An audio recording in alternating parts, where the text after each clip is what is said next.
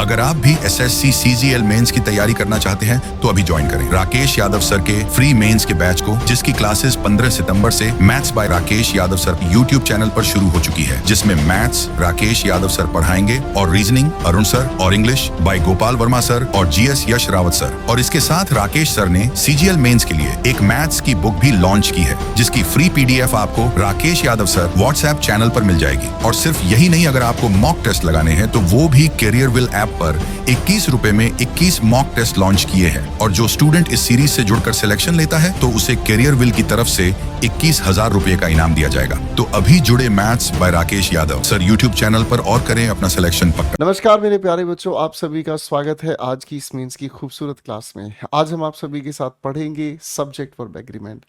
Subject verb agreement एक ऐसा area है जिसमें हम लोग बहुत सारी रिवीजन कर जाते हैं सभी के सभी पार्ट्स ऑफ स्पीच की, और हम लोग रिवीजन कर जाते हैं टेंसेस के एक खूबसूरत एग्रीमेंट की।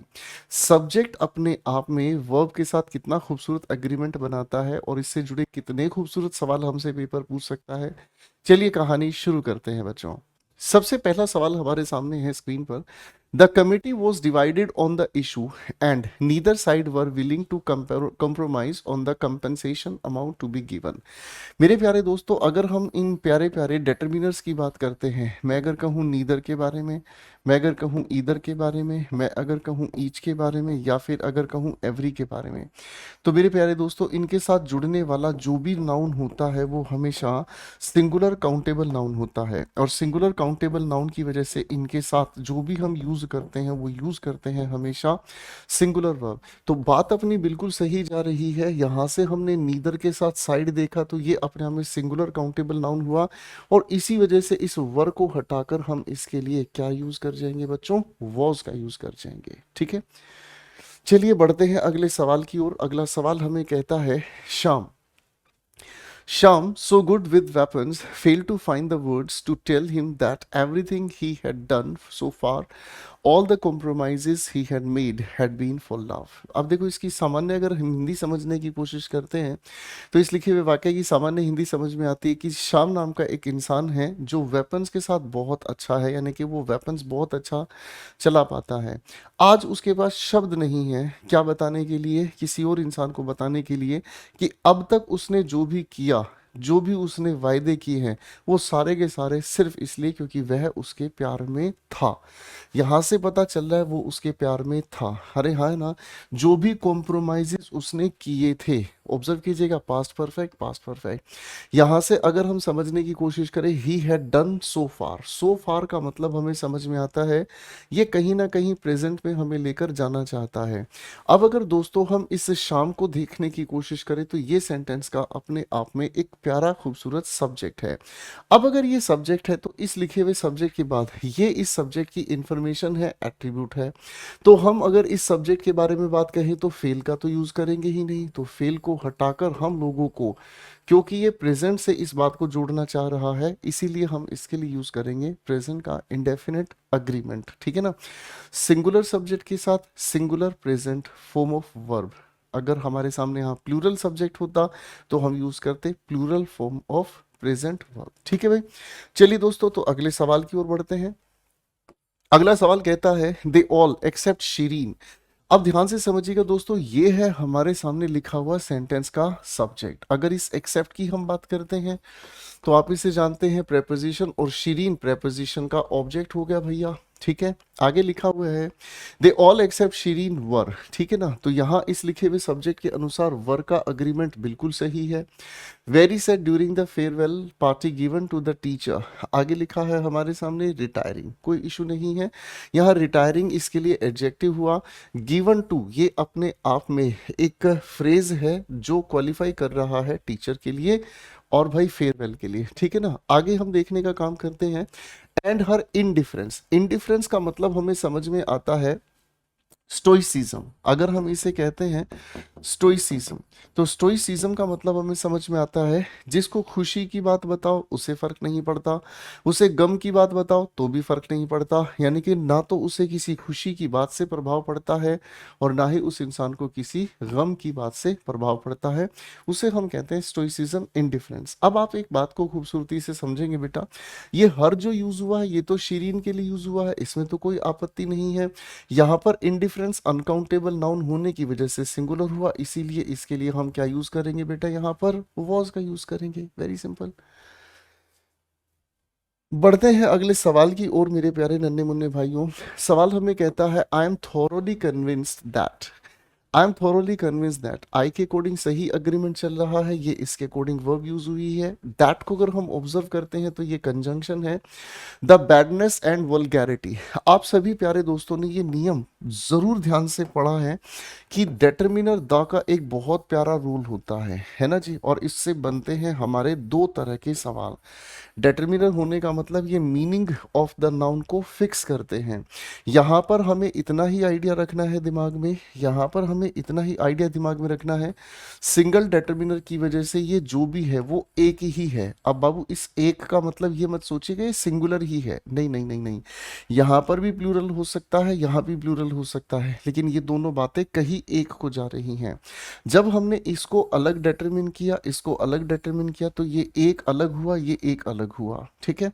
तो कॉन्टेक्स्ट हमें क्या समझाता है बेटा, बैडनेस एक अनकाउंटेबल नाउन है डिटरमिनर द के साथ, वल्गैरिटी अपने आप में एक अनकाउंटेबल नाउन है द के साथ, तो दोनों के लिए अगर सिंगल डिटरमिनर यहाँ रखा है तो ये एक ही के लिए कह रहे हैं। आगे हमने देखा ऑफ प्रेपोजिशन है, और ये मॉडर्न पॉपुलर आर्ट जो हमारे सामने है ये हो गया इस लिखी प्रेपोजिशन का ऑब्जेक्ट। तो बाबू बैडनेस और वल्गैरिटी के हिसाब से सिंगुलर होना चाहिए, इज अपनी जगह सही है, the result of a number of interlocking causes, यानी कि इस लिखे हुए वाक्य में कोई भी एरर नहीं है, इस लिखे हुए वाक्य में कोई भी एरर नहीं है। चलिए बढ़ते हैं। अगला सवाल हमारे सामने कहता है all the representatives from various departments including marketing, sales and human resources have attended the annual corporate conference. सवाल की अगर हम बात करते हैं, यहाँ ऑल डिटरमिनर है, ठीक है जी, ऑल अपने आप में बिल्कुल ठीक काम कर रहा है, द हमारे सामने रिप्रेजेंटेटिव्स, कुल मिलाकर ये हो गया प्लूरल काउंटेबल नाउन, फ्रॉम हो गई हमारे सामने प्रेपोजिशन, और ये हो गया भाई हमारे सामने प्रेपोजिशन का ऑब्जेक्ट यानी कि ऑब्जेक्टिव केस। इंक्लूडिंग की अगर हम बात करते हैं तो इंक्लूडिंग भी अपने आप में कुछ और नहीं प्रेपोजिशन ही है बच्चों, ठीक है ना। अब इस प्रेपोजिशन के बाद marketing, sales and human resources, ये सब के सब हमारे ऑब्जेक्टिव केस हो गए। तो भैया वहां पर जो सब्जेक्ट हमारे सामने लिखा है इसके अनुसार ये हैव अपनी जगह सही काम कर रहा है, हैव के साथ थर्ड फॉर्म लगाना ये प्रेजेंट परफेक्ट हो गया, तो फिर तो कोई भी लिखे हुए वाक्य में प्रॉब्लम नहीं है। करेक्ट हो गया बच्चों, तो यानी कि इस लिखे हुए सेंटेंस में भी कोई एरर नहीं है। और सबसे बड़ा चैलेंज क्या है, नो एरर में नो एरर ढूंढना, ठीक है। ये सबसे बड़ा चैलेंज होता है स्टूडेंट्स के लिए कि सेंटेंस में कोई भी एरर नहीं है, इसी बात को हम वेरीफाई कैसे करें, this becomes a kind of challenge. चलिए बढ़ते हैं अगले सवाल की ओर। एटमॉस्फेरिक रिवर्स क्या लिखा है, are long narrow bands of moisture in the atmosphere that extends from the tropics to higher latitudes. अब एटमॉस्फेरिक रिवर्स के बारे में बात यहाँ कही गई है, तो ये आर अपनी जगह सही है, ये लंबी होती हैं, नैरो बैंड्स होती हैं of moisture in the atmosphere that. अब दैट किसके लिए यूज हुआ है, दैट यूज हुआ है हमारे सामने नैरो बैंड्स के लिए, ये तो प्लूरल है, प्लूरल होने की वजह से हम यहाँ पर क्या यूज करेंगे, ठीक है बच्चों। अब इसको थोड़ा सा मैं लिख देता हूं ताकि आपको ये याद रहे। देखिए मेरे बच्चों, जब हम प्रेजेंट इंडेफिनिट की बात करते हैं और हमारे सामने अगर कोई प्लूरल सब्जेक्ट हमें देखने को मिलता है तो हम इसके साथ यूज करते हैं V1, जिसे हम कहते हैं प्रेजेंट की प्लूरल फॉर्म। और अगर हमारे सामने देखने को मिलता है कोई भी सिंगुलर सब्जेक्ट, तो सिंगुलर सब्जेक्ट की वजह से हम इनके साथ यूज करने की कोशिश करते हैं प्रेजेंट की singular form of verb. Is my point clear, ठीक है बच्चों। तो ये बहुत इंपॉर्टेंट क्वेश्चन, अच्छा क्वेश्चन, सटीक क्वेश्चन। चलिए बच्चों चलते हैं अगले सवाल की ओर। Question number 7 we have, Congress dissidents, dissidents का मतलब होता है जो फेवर नहीं करते, डिसएग्री करते हैं। Congress dissidents and many members of the opposition. Sir ये भी अपने आप में प्लूरल है, एंड के साथ जोड़ा जा रहा है, ये भी अपने आप में प्लूरल है, वो अलग बात है। ऑफ द ओपोजिशन ये तो ऑब्जेक्ट है, तो सर जब प्लूरल के साथ हम प्लूरल जोड़ने की कोशिश करेंगे तो भैया इस हैज को हटाकर हमें क्या लिखना होगा, हैव। ठीक है बच्चों, तो क्वेश्चन को बिल्कुल एक एक शब्द से पढ़ते हुए आगे बढ़ते जाएंगे, ज्यादा नहीं परेशान होना, हर एक शब्द को धीरे धीरे पढ़ते हुए आगे जाना। बहुत सारे बच्चों को ये परेशानी रहती है कि सर हम कौन से टॉपिक पर ज़्यादा मेहनत करें या कौन से टॉपिक से ज़्यादा क्वेश्चंस आते हैं। इंग्लिश में ऐसी कोई हमारे पास टेली मार्क्स नहीं है, इंग्लिश में ऐसा हमारे पास कोई रिकॉर्ड नहीं है कि इससे सबसे ज़्यादा क्वेश्चंस आते हैं। हालांकि अगर हम बात करें सीपीओ जैसे एग्जाम की तो वहाँ टेंसेस को लेकर थोड़ा ज़्यादा रुझान होता है एग्जामिनेशन का। मेंस के अगर हम सीजीएल की बात करते हैं तो उसके अंदर हम जिस सीक्वेंस को लेकर चल रहे हैं वो सिर्फ एक ऑब्जर्वेशन है। ऐसा नहीं है कि एसएससी की कोई गाइडलाइंस है कि यही सबसे ज़्यादा एग्जाम्स में आते हैं। हमारी ये ऑब्जर्वेशन है, हमने जितने भी प्रीवियस ईयर क्वेश्चंस देखे हैं तो ऑब्जर्वेशन कहती है कि टेंसेस और कंडीशंस का जो हमने सबसे पहला लेक्चर आपको दिया, ठीक है दोस्तों, टेंसेस और कंडीशन के ठीक बाद वॉइसेस के एरर बेस्ड क्वेश्चन बच्चों को फंसाने के लिए दिए जाते हैं, फिर नरेशंस के क्वेश्चंस आप लोगों को फंसाने के लिए दिए जाते हैं, और आप जानते हैं वॉइसेस नरेशंस के तो सीधे क्वेश्चंस भी आपसे पूछ लिए जाते हैं। फिर आती है सारे के सारे ग्रामर का निचोड़, वो है आपका सब्जेक्ट वर्ब एग्रीमेंट, इसलिए हम यहाँ आपकी मेहनत करा रहे हैं। एक बच्चे ने कमेंट लिखा यूट्यूब पर कि सर 2-3 नंबर की ग्रामर आती है, उसके लिए आपकी इतनी लंबी क्लासेस का क्या फ़ायदा। मैं आपको एक छोटी सी बात समझा देता हूँ बेटा, एक छोटी सी, आपका 2 मिनट वेस्ट करूंगा बेटा। आपके 45 क्वेश्चंस आपके पेपर में आने हैं, एक क्वेश्चन है 3 नंबर का। अगर मान लीजिए एक क्वेश्चन आप लोगों से अटेम्प्टेड नहीं रहा, यानी कि अगर मान लीजिए एक क्वेश्चन आपने अटेम्प्ट नहीं किया तो आप अपने 135 नंबर में से सीधे सीधे 3 माइनस करके जाएंगे 132। और ज़रा अच्छे रैंकर का अगर आपको लिस्ट में टॉप 10 में आना है तो आपको ये एटीट्यूड सुधारना होगा। क्यों? क्योंकि आपके लिए एक एक क्वेश्चन उतना ही इम्पोर्टेंट है जितना इम्पोर्टेंट आप लोगों का सिलेक्शन है। मैं आपको फिर से एक चीज़ समझाता हूँ। अब की बार जो रिजल्ट आया था मेंस का, ज़रा उसकी पीडीएफ को उठाकर देखना। जब पीडीएफ में आप मार्क्स को ध्यान से देखोगे ना तो आप देखना मेरे बेटे कि अगर मान लीजिए किसी के कितने मार्क्स हैं और इसका 1-1, देखना ज़रा वो मेरिट में कितना नीचे आकर गिरता है। 1 मार्क्स। सर अभी मेरे पास पिछले ही वीक एक रिजल्ट आया था, किसी बच्चे ने कहा, बोला सर एनडीए का रिजल्ट पिछले से पिछले वीक की बात है, बोला सर 0.83 मार्क्स से मैं रह गया। क्या आप समझ रहे हैं दर्द उस बच्चे का? 0.83, 1 नंबर से भी कम रह गया, तो 0.83 मार्क्स से कम रह गया। और आप इस मतलब इस गलत फहमी में है कि यार इतना नहीं आता, क्या जरूरत है मेहनत करने की। ठीक है, तो आपको ये चीज संभालनी होगी। अब इसी बात का एक दूसरा वर्जन आपको समझाता हूं, बहुत प्यार से समझना बेटा। अगर आप अपने पेपर में मान लीजिए सिनोनिम्स वाले क्वेश्चंस को हल्के में लेकर चल रहे हैं तो मेरे बेटा यहाँ पर भी एक जो क्वेश्चन है ना वो 3 मार्क्स के लिए ही आपसे पूछा जाएगा। आप ये जो सारी मेहनत कर रहे हो यहाँ पर भी जो एक क्वेश्चन है वो 3 मार्क्स के लिए ही आपसे पूछा जाएगा। तो आप इतनी बात अपने दिमाग में बैठाकर चलो, 45 क्वेश्चन, सभी के सभी क्वेश्चंस 1 मार्क के लिए परिवार में सारे बच्चे बराबर होते हैं। ठीक उसी तरीके से आपके लिए सीजीएल का 45 क्वेश्चंस का ये सेट, हर एक क्वेश्चन आपके लिए बिल्कुल एक समान है। आप अगर किसी कॉम्प्रीहेंशन पैसेज के क्वेश्चन की अगर बात कर रहे हैं तो बाबू उसका क्वेश्चन अगर आप हल्के में ले जाते हैं, अरे छोड़ यार होगा ठीक, नहीं नहीं भाई साहब, उसके लिए भी आपके वही मार्क्स हैं जो आप इसके लिए मेहनत कर रहे हैं। ठीक है, तो ग्रामर है, वोकैब है और कॉम्प्रीहेंशन, इनको इक्वली ट्रीट करना शुरू कर दीजिए। रही बात आप लोगों के लिए कॉम्प्रीहेंशन की, तो कॉम्प्रीहेंशन के लिए मैं आप लोगों के लिए एक धमाल करने वाला हूं, जल्दी ही मैं आपको बताऊंगा। क्योंकि बहुत सारे बच्चों को डर लगता है कॉम्प्रीहेंशन से, और कॉम्प्रीहेंशन अब की बार जो हम करने वाले हैं that will be a milestone. बस आप अपनी हर दिन की क्लास को देखते चलिए, जो भी क्वेश्चन बनाने में आपको प्रॉब्लम आती है अपने नोट्स उठाकर सिर्फ वही देखिए। ठीक है ना, ज़्यादा भटकने की ज़रूरत नहीं है। पूरे नोट्स ना आपसे पढ़े जा सकते और ना ही पूरे नोट्स पढ़ने की सजेशन मैं आपको दूंगा, क्योंकि पूरे नोट्स की रिवीजन लगाना ही मुश्किल होता है। ठीक है ना, शुरुआत में कुछ पेजेस बड़े इंटरेस्टिंग लगते हैं, बाद में फिर वो हो जाता है हमारे लिए ड्राई फ्रूट, ज़बरदस्ती खाओ ज़बरदस्ती खाओ। हालांकि वो हेल्दी हैं ड्राई फ्रूट्स, लेकिन ज़बरदस्ती नहीं खाए जाते, आप लोग जानते हैं। ठीक है ना, तो बाबू हर एक क्वेश्चन को इक्वल ट्रीटमेंट देकर ही हमें चलना है, चाहे कुछ भी हो जाए। इस तरह की गलतफहमी, इस तरह की फर्जी बातों से हमें दूर रखना है अपने आप को, कि पेपर में इतना कर लो इससे काम चल जाता है। नहीं यार, काम नहीं चलाना, हमें अपने फुल मार्क्स के लिए लड़ना है। ठीक है ना, हमें टॉप 10 रैंक में आना है, हमें गोपाल वर्मा सर के साथ बैठकर चाय पीनी है। ठीक है बच्चों, तो प्रॉमिस कीजिएगा, कमेंट्स में अपनी इस बात को लेकर प्रतिक्रिया जरूर दीजिएगा। मेरे को जो भी इंप्रूवमेंट लगेगा मैं डेफिनेटली अगली क्लासेस में आपके लिए लाऊंगा। आइए बढ़ते हैं अगले सवाल की ओर। अगला सवाल हमें कहता है, आइए दोस्तों, सम जेन्युइन इश्यूज एग्जिस्ट। देखिए मेरे बच्चों, ये है हमारे सामने एक प्लूरल सब्जेक्ट, इसी के लिए हम लोगों ने V1 का यूज किया। Some genuine issues exist with the newly adopted system and needs. तो किस चीज को हमें एग्जामिन करना होगा? आप कहेंगे सर, हम लोगों को इन इश्यूज को एग्जामिन करना होगा ताकि हम इनको हटा सकें। सिस्टम को हमें एग्जामिन करने की जरूरत नहीं है, इन इश्यूज को हमें, क्योंकि यही इस लिखे हुए नीड्स का सब्जेक्ट है। तो जब इस नीड्स का सब्जेक्ट प्लूरल है तो यहाँ पर क्या होना चाहिए बेटा? आप कहेंगे सर नीड होना चाहिए। इट्स वेरी सिंपल, बहुत सिंपल क्वेश्चन हो गया। आइए बढ़ते हैं अगले सवाल की ओर दोस्तों। अगला सवाल हमें क्या कहता है? आइए दोस्तों अगले सवाल की ओर बढ़ते हैं। क्या कहता है हमें ये सवाल? Sugar sweetened drinks does not, बहुत बेसिक क्वेश्चन है ये आप लोगों को।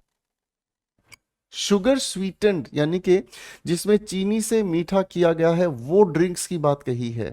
अब ड्रिंक्स अपने आप में क्या है? प्लूरल। तो प्लूरल होने की वजह से प्रेजेंट इंडेफिनिट के अकॉर्डिंग हम डू नॉट लगाकर आगे की बात को जोड़ते हैं। तो बाकी के प्रॉब्लम कोई और नहीं है, आप इन्हीं ड्रिंक्स के लिए आप ये देख रहे हैं तो प्लूरल वर्ब आगे हमारे सामने यूज हुई है। ठीक है जी, चलिए दोस्तों सीरियस का क्वेश्चन है ये। आइए बढ़ते हैं अगले सवाल की ओर।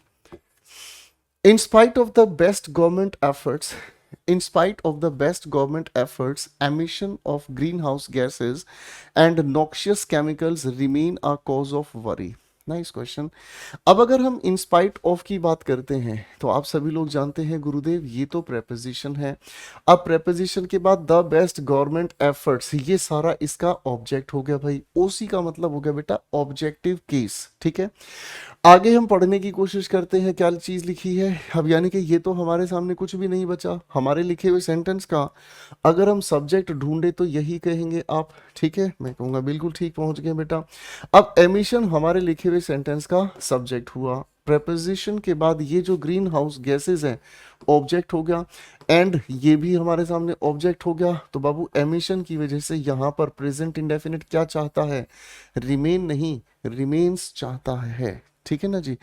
अब एक बात और आप याद रखिएगा, टेंसेस में भी आपको बताई थी, अगर हम किसी के बारे में जनरल इंफॉर्मेशन दे रहे हैं, अगर हम किसी के बारे में जनरल इंफॉर्मेशन दे रहे हैं, यानी कि एक ऐसी बात जो कि पास्ट में भी लगभग ऐसी ही थी, जो कि प्रेजेंट में भी ऐसी ही रहेगी, और जिस तरह के हालात हैं फ्यूचर में भी ऐसी रहेगी, वो टाइमलेस बन जाती है। और टाइमलेस स्टेटमेंट को हम बताने का काम करते हैं कौन से टेंस में छुटकू भाई? प्रेजेंट इंडेफिनिट टेंस में। ठीक है, तो यहां पर हमें रिमेन को हटाकर रिमेन्स लिखना होगा ताकि ये अपनी जगह वैलिड हो सके। मीनिंग भी आप ध्यान से समझने की कोशिश करेंगे। हालांकि बेस्ट गवर्नमेंट के एफर्ट्स हैं, फिर भी एमिशन मीन्स जो प्रदूषण है, जो रिलीज है क्या ग्रीन हाउस गैसेस का और नोक्शियस केमिकल्स का है, वो आज भी एक कॉज ऑफ वर्री है। पास्ट में भी यही था, आज भी यही है और आगे भी यही रहना है। क्योंकि आप जानते हैं कि जैसे जैसे टेक्नोलॉजिकल एडवांसमेंट हमें देखने को मिलते हैं तो ये परेशानियां तो आती रहती हैं भाई। आइए दोस्तों क्वेश्चन नंबर 11 पर प्यार करते हैं। The furniture comprising of luxurious sofas, elegant tables and comfortable chairs, आगे लिखा are being showcased at the upscale interior design exhibition. हमारे लिखे हुए सेंटेंस के अगर सब्जेक्ट की हम बात करते हैं तो ये है हमारा लिखा हुआ सेंटेंस का सब्जेक्ट। तो आप कहेंगे सर जी फिर ये क्या है? कंप्राइजिंग ऑफ, ये जो भी कहानी आगे लिखी हुई है ये सारा का सारा एट्रीब्यूट है, इंफॉर्मेशन है किसकी? इस लिखे हुए फर्नीचर की। तो सब्जेक्ट हमारे सेंटेंस का यही हुआ, फर्नीचर सिंगुलर अनकाउंटेबल नाउन होता है, इसलिए आर को हटाकर हम यहां पर क्या कहेंगे? Is being showcased at the upscale. Correct हो गया? ठीक है बच्चों, तो ये अपनी जगह बिल्कुल वैलिड क्वेश्चन है, मजेदार क्वेश्चन है। ठीक है भाई, इसको थोड़ा सा आप ध्यान रखिएगा। ठीक है, आइए दोस्तों क्वेश्चन नंबर 12 पर हम काम कर रहे हैं। क्या कहता है क्वेश्चन नंबर 12?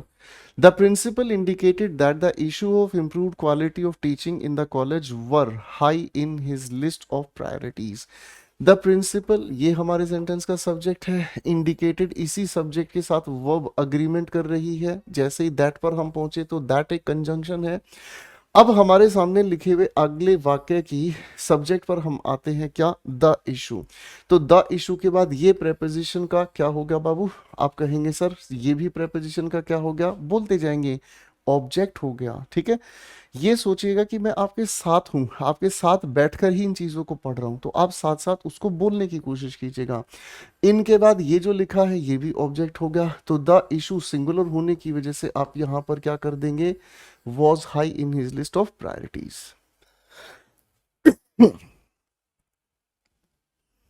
आइए बच्चों बढ़ते हैं अगले सवाल की ओर। अगला सवाल कहता है the secretary and the principal. अब देखिए ये सवाल का लॉजिक हम लोगों ने थोड़ी देर पहले डिस्कस किया है। आप कहेंगे यहाँ सेक्रेटरी के लिए अलग डिटरमिनर है हमारे पास, एंड कंजंक्शन हुआ, प्रिंसिपल के लिए अलग डिटरमिनर, तो एक मैं और एक तू है, प्लूरल हो गया।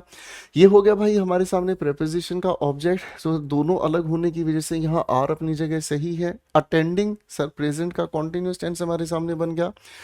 Are attending the district development council meeting at the collectorate. ठीक है जी, तो इसमें तो कोई भी परेशानी नहीं, अपनी जगह ये नो एरर मार्क करके हमें आगे बढ़ने पर इजाजत देता है। आइए बच्चों क्वेश्चन नंबर 14 पर काम करते हैं।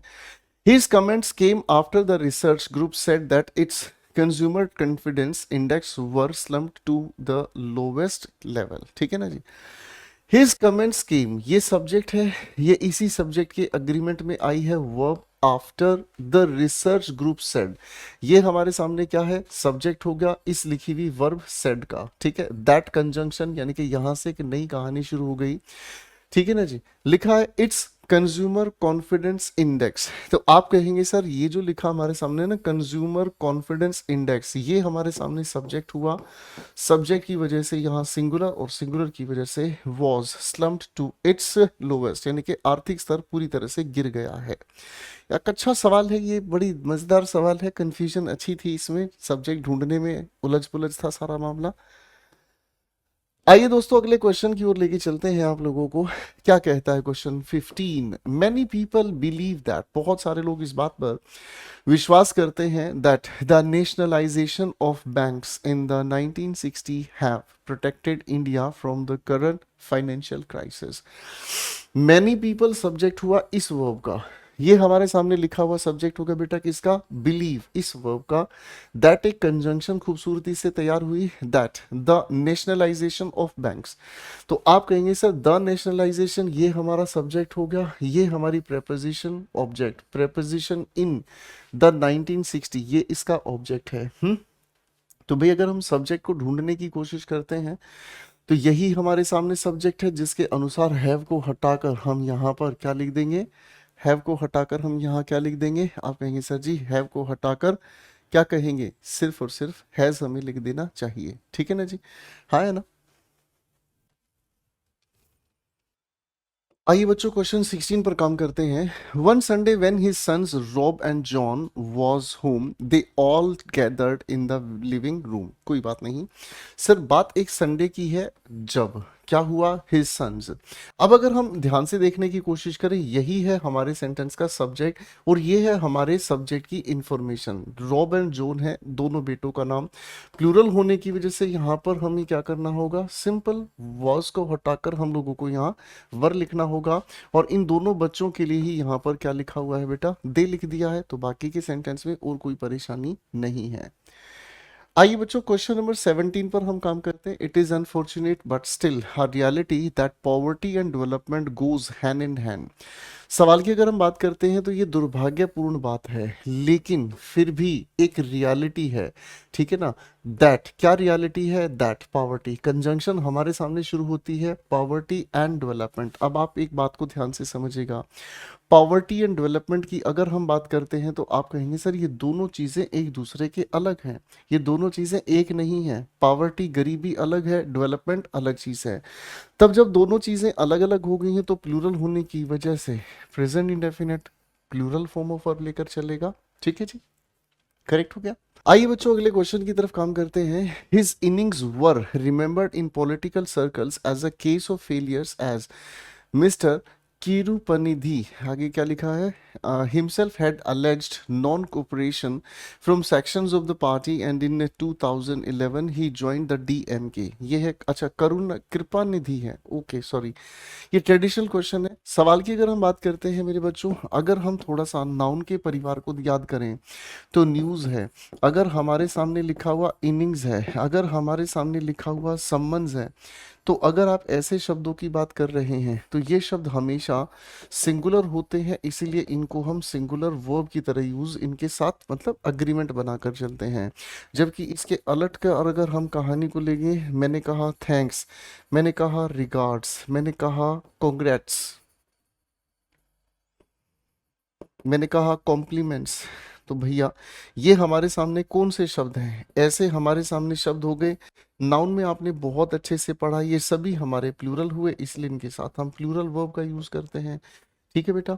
तो ये बात तो ज़्यादा मुश्किल है नहीं, क्यों? क्योंकि ये भैया नाउन में आपने बहुत खूबसूरत तरीके से पढ़ी है। तो हिज इनिंग्स, इनिंग्स का मतलब होता है बारी, खेलने का मौका। तो वर नहीं, बस यहाँ पर इतना सा ख्वाब है दोस्तों, सिंपल आप लोगों को नाउन की लिस्ट को ध्यान रखना है। करेक्ट होगी बातचीत बेटा। चलिए अगले क्वेश्चन पर बढ़ते हैं।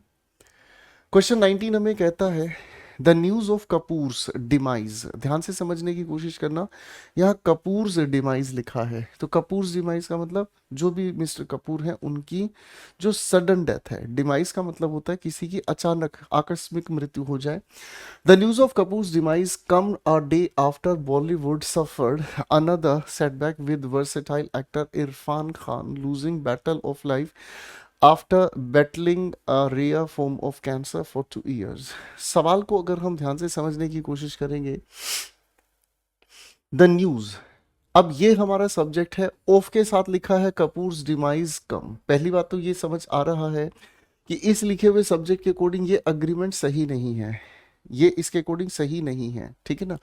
अब यहाँ हमारे सामने दोनों में से कोई भी बात हो सकती है, ठीक है ना। आगे हमारे सामने क्या लिखा, a day after Bollywood suffered, यानी कि एक दिन के बाद हमारे सामने ये खबर आती है, अ डे आफ्टर क्या, बॉलीवुड सफर्ड अनदर सेटबैक, ठीक है ना। मतलब इसको सिचुएशन को ध्यान से समझना, ठीक है। ये खबर हमारे पास आती है, कब आती है, अ डे आफ्टर, यानी कि एक दिन पहले क्या हुआ, Bollywood suffered another setback with versatile actor Irfan Khan losing battle of life after battling a rare form of cancer for 2 years, ठीक है ना जी। 2 साल से उन्होंने क्या किया है भाई, आप जानते हैं कैंसर से उन्होंने लड़ी है अपनी जिंदगी की जंग, करेक्ट है भाई। और भाई साहब इसके एक दिन बाद हमारे सामने ये खबर आती है, तो सर हम इसको पास्ट इंडेफिनिट में तो नहीं रख सकते, है ना जी, क्योंकि पास्ट इंडेफिनिट में रखेंगे तो दोनों पैरेलल एक्शन हो गए, इसी वजह से हम इसे लेकर आएंगे प्रेजेंट इंडेफिनिट टेंस में, कम्स अ डे आफ्टर, ठीक है जी। बाकी इस चीज़ को अच्छे बेहतर तरीके से समझने के लिए अपने टेंसेस के नोट्स को देखिएगा, टाइमलाइन के कॉन्सेप्ट्स जो आप लोगों को सिलेक्शन बैच में पढ़ाए बेटा उनको एक बार जरूर ध्यान से पढ़ लीजिएगा। फाइन, आइए बच्चों बात करते हैं क्वेश्चन 20 के बारे में। Measle, mumps and whooping cough are spreading again because children are not being vaccinated, ठीक है जी। अब हमारे सामने लिखे हुए सवाल को ध्यान से समझते हैं। तो क्वेश्चन हमें कहता है बेटा, क्वेश्चन नंबर 20, मीजल, मम्प्स और यहाँ लिखा है वूपिंग कफ आर। पहली बात तो यहाँ पर बीमारियों के नाम है, ये हो गई एक बीमारी, ये दो और ये हो गई तीन, प्लूरल होने की वजह से आर स्प्रेडिंग अपनी जगह बिल्कुल सही है। और बच्चों आप लोग जानते हैं कि चाइल्ड अपने आप में सिंगुलर काउंटेबल नाउन है और भाई चिल्ड्रन अपने आप में प्लूरल काउंटेबल नाउन है, इसी की वजह से आर अपनी जगह सही यूज हुआ है। और चिल्ड्रन खुद को वैक्सीनेट नहीं करेंगे, इसलिए बेटा पैसिव वॉइस की कहानी आपको बताई थी, नॉन डूअर होने की वजह से ये सही जा रहा है। अब दोस्तों आप लोगों को गड़बड़ समझ आ ही गई है, मीजल नाम की कोई बीमारी नहीं होती, मीजल की जगह हमें लिखना होता है मीजल्स। बेटा इन बीमारियों के नाम थोड़ा याद रखिएगा, नाउन परिवार से लिए गए ये शब्द हैं, मीजल्स है, मम्स है, मैं अगर आपको कहूँ रिकेट्स है, ठीक है। चलो टीबी की फुल फॉर्म आप मुझे लिख कर दिखाएंगे, स्पेलिंग टेस्ट में भी आती है, ठीक है भाई, शाइंगल्स। तो ये सारी ऐसी हमारी बीमारियां हैं जो हमेशा प्लूरल की तरह यूज होती हैं, ऐसा हमें महसूस होता है, पर ये सारी जो बीमारियों के नाम हैं ये हमेशा रहते सिंगुलर ही हैं, ठीक है। हमें महसूस प्लूरल इसलिए होता है क्योंकि हम इनके अंत में मेरे बंदर क्या देखते हैं, एस या ई एस लिखा देखते हैं, और इसी वजह से हम लोगों को लगता है ये प्लूरल हैं, ठीक है, लेकिन ये होते सिंगुलर हैं। तो बस गड़बड़ कहाँ हो गई दोस्तों, गड़बड़ सिर्फ यहाँ हो गई है, मीजल नहीं मीजल्स होना चाहिए था, तो इसको हम ठीक करेंगे, फाइन। क्वेश्चन नंबर 21 की ओर चलते हैं। Many a student were not short listed for the personal interview. अब देखो बच्चों आप लोगों को ये मैं रिकॉल करवा देता हूँ, मैनी एक ऐसा डिटर्मिनर है प्लूरल काउंटेबल नाउन के साथ आए, अगर मैनी के साथ अ को हम जोड़ते हैं सिंगुलर काउंटेबल नाउन आए, बात अगर हम मच की कर देते हैं तो अनकाउंटेबल नाउन की बात करें, ठीक है बच्चे, हाँ कि ना। तो अब यहाँ लिखा है मैनी अ के साथ लिखा स्टूडेंट, सिंगुलर बिल्कुल सही है, लेकिन इस बात को यस नो करने से पहले आगे आप देख लीजिएगा कि कहीं हमें प्रोनाउन दे यूज किया मिला तो हम इसे स्टूडेंट्स करेंगे, ए को हटाएंगे। अगर हमारे सामने ही लिखा तो हम इस मैनी अ स्टूडेंट की वजह से वर की जगह वॉज करेंगे, ठीक है ना जी। तो बेटा यहाँ पर तो कोई ऐसा लिखा नहीं, तो मैनी अ स्टूडेंट की वजह से हम यहाँ पर वॉज ही कर देंगे, ठीक है जी। मैनी अ स्टूडेंट की अगर हम बात करते हैं तो इसके लिए हम सिंगुलर काउंटेबल नाउन के साथ सिंगुलर वर्ब का ही प्रयोग करेंगे। करेक्ट हो गया बच्चों, ये भी बात अपनी जगह सही हो गई है। आइए बच्चों बढ़ते हैं क्वेश्चन 22 की तरफ। The top 1/3 of all high school graduates are entitled to get an education at the University of California State, ठीक है जी। अब अगर हम ध्यान से समझने की कोशिश करते हैं तो एक फ्रैक्शन लिखने का तरीका है, मैंने आपके सामने कुछ फ्रैक्शंस लिखे हैं, ठीक है, जरा इनको लिखने की कोशिश करेंगे। देखो बच्चों खेल सारा किस चीज का है, अगर हमारे सामने न्यूमरेटर 1 लिखा हुआ होता है, ठीक है ना जी, तो आप जानते हैं डिनोमिनेटर हमारे पास एक से ज्यादा होगा ही होगा, तो ऐसे मामले में हम सब कुछ सिंगुलर ही रख देते हैं, न्यूमरेटर भी सिंगुलर और डिनोमिनेटर भी सिंगुलर, यानी कि इसको लिखने का तरीका हमें समझ में आ गया, क्या चीज 1/3 सिंगुलर होने की वजह से डिनोमिनेटर सिंगुलर रख दिया, ठीक है। अब यहाँ पर हमारे सामने एक से ज्यादा अगर हो गया है मामला तो हम इसके प्लूरल होने की वजह से इसको भी प्लूरल बना देंगे। यहाँ पर हमारे सामने एक से ज्यादा होते ही सर डिनोमिनेटर को हम क्या कर देंगे, आप कहेंगे सर प्लूरल ही लिख देंगे, ठीक है बेटा। तो ये पहले तो फ्रैक्शन लिखना आप लोगों को अच्छे से आना चाहिए, करेक्ट है ना। अब हमारे सामने लिखे हुए सवाल की अगर हम बात करते हैं, द टॉप 1/3 यानी कि 1/3 अपनी जगह सही है, यहां पर प्रेपोजिशन ऑफ की बात हमें कही है, ठीक है ना। अब एक बात को ध्यान से समझिएगा, एक और कॉन्सेप्ट समझिएगा, हाफ क्वार्टर, ठीक है, हाफ 1/2 होता है, आप सभी लोग जानते हैं, हाफ का मतलब 1/2 है, क्वार्टर 1/4 है। कभी कभी इन्हीं की जगह हम फ्रैक्शनल प्रोनाउन का भी यूज करते हैं, जैसे मैंने कहा सम, मैंने कहा मोस्ट, मैंने कहा रेस्ट, ऐसे और भी शब्दों का हम प्रयोग करते हैं, किसके साथ, ऑफ के साथ। अब बेटा कहानी क्या कहती है, कहानी ये कहती है कि अगर सिंगुलर काउंटेबल नाउन है तो इनकी एग्रीमेंट इसी के अनुसार होगी, अगर प्लूरल काउंटेबल नाउन है तो इनकी एग्रीमेंट इसी के अनुसार होगी, अगर हमारे सामने अनकाउंटेबल नाउन है तो हम इसी के अकॉर्डिंग एग्रीमेंट लेकर चलेंगे, अगर हमारे सामने इनके साथ कोई कलेक्टिव नाउन है तो कलेक्टिव नाउन की सेंस डिसाइड करेगी कि आप इसको किस तरह की वर्ब लेकर देंगे, ठीक है भाई। अब वापस मेरे बच्चों क्वेश्चन पर आओ, अब वापस क्वेश्चन को ध्यान से पढ़ो, बेसिक्स आप लोगों के इस क्वेश्चन में मैंने रिवाइज कर दिए हैं। तो मेरे बंदर यहाँ लिखा हमारे सामने, the top 1/3 of all high school graduates, यानी कि मेरे बच्चों हाई स्कूल ग्रेजुएट्स प्लूरल है तो प्लूरल के अनुसार तो आर सही जा रहा है। Entitle to get an education at the University of California State, तो इसमें तो कोई भी एरर नहीं है। ठीक है जी। अब ये वाली सारी कहानी आपको अच्छे से समझ में आ गई है। मेरी तरफ से प्यार भरे 2 सवाल कमेंट्स में जरूर जवाब दीजिएगा इन चीजों के लिए, ठीक है।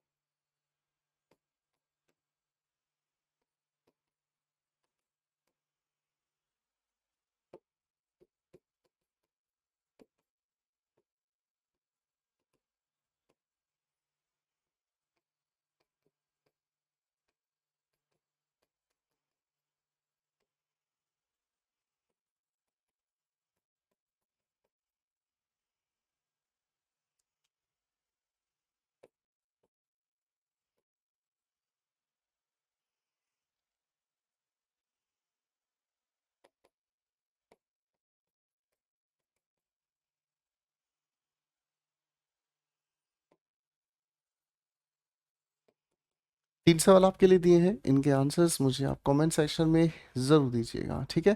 और अगर हो सके तो ज़रूर इनकी आप थोड़ी सी एक्सप्लेनेशन भी दीजिएगा बच्चों, ठीक है। चलिए चलते हैं अगले सवाल की ओर। The number of accidents are increasing day by day on the Delhi metro route. अच्छा सवाल है, मज़ेदार सवाल है मेरे प्यारे दोस्तों। बेसिक पहले क्लियर हम कर लेते हैं। देखिए सामान्यतः ये चीज़ अच्छे से बच्चों को याद है कि आ नंबर ऑफ के साथ हम प्लूरल काउंटेबल नाउन यूज करते हैं, और ठीक इसी तरीके से गुरुदेव हम लोग द नंबर के साथ ऑफ लगाकर भी प्लूरल काउंटेबल नाउन का प्रयोग करते हैं। लेकिन इनके साथ आने वाली जो हेल्पिंग वर्ब है ना, वो एक बहुत अच्छा रोल प्ले करती है।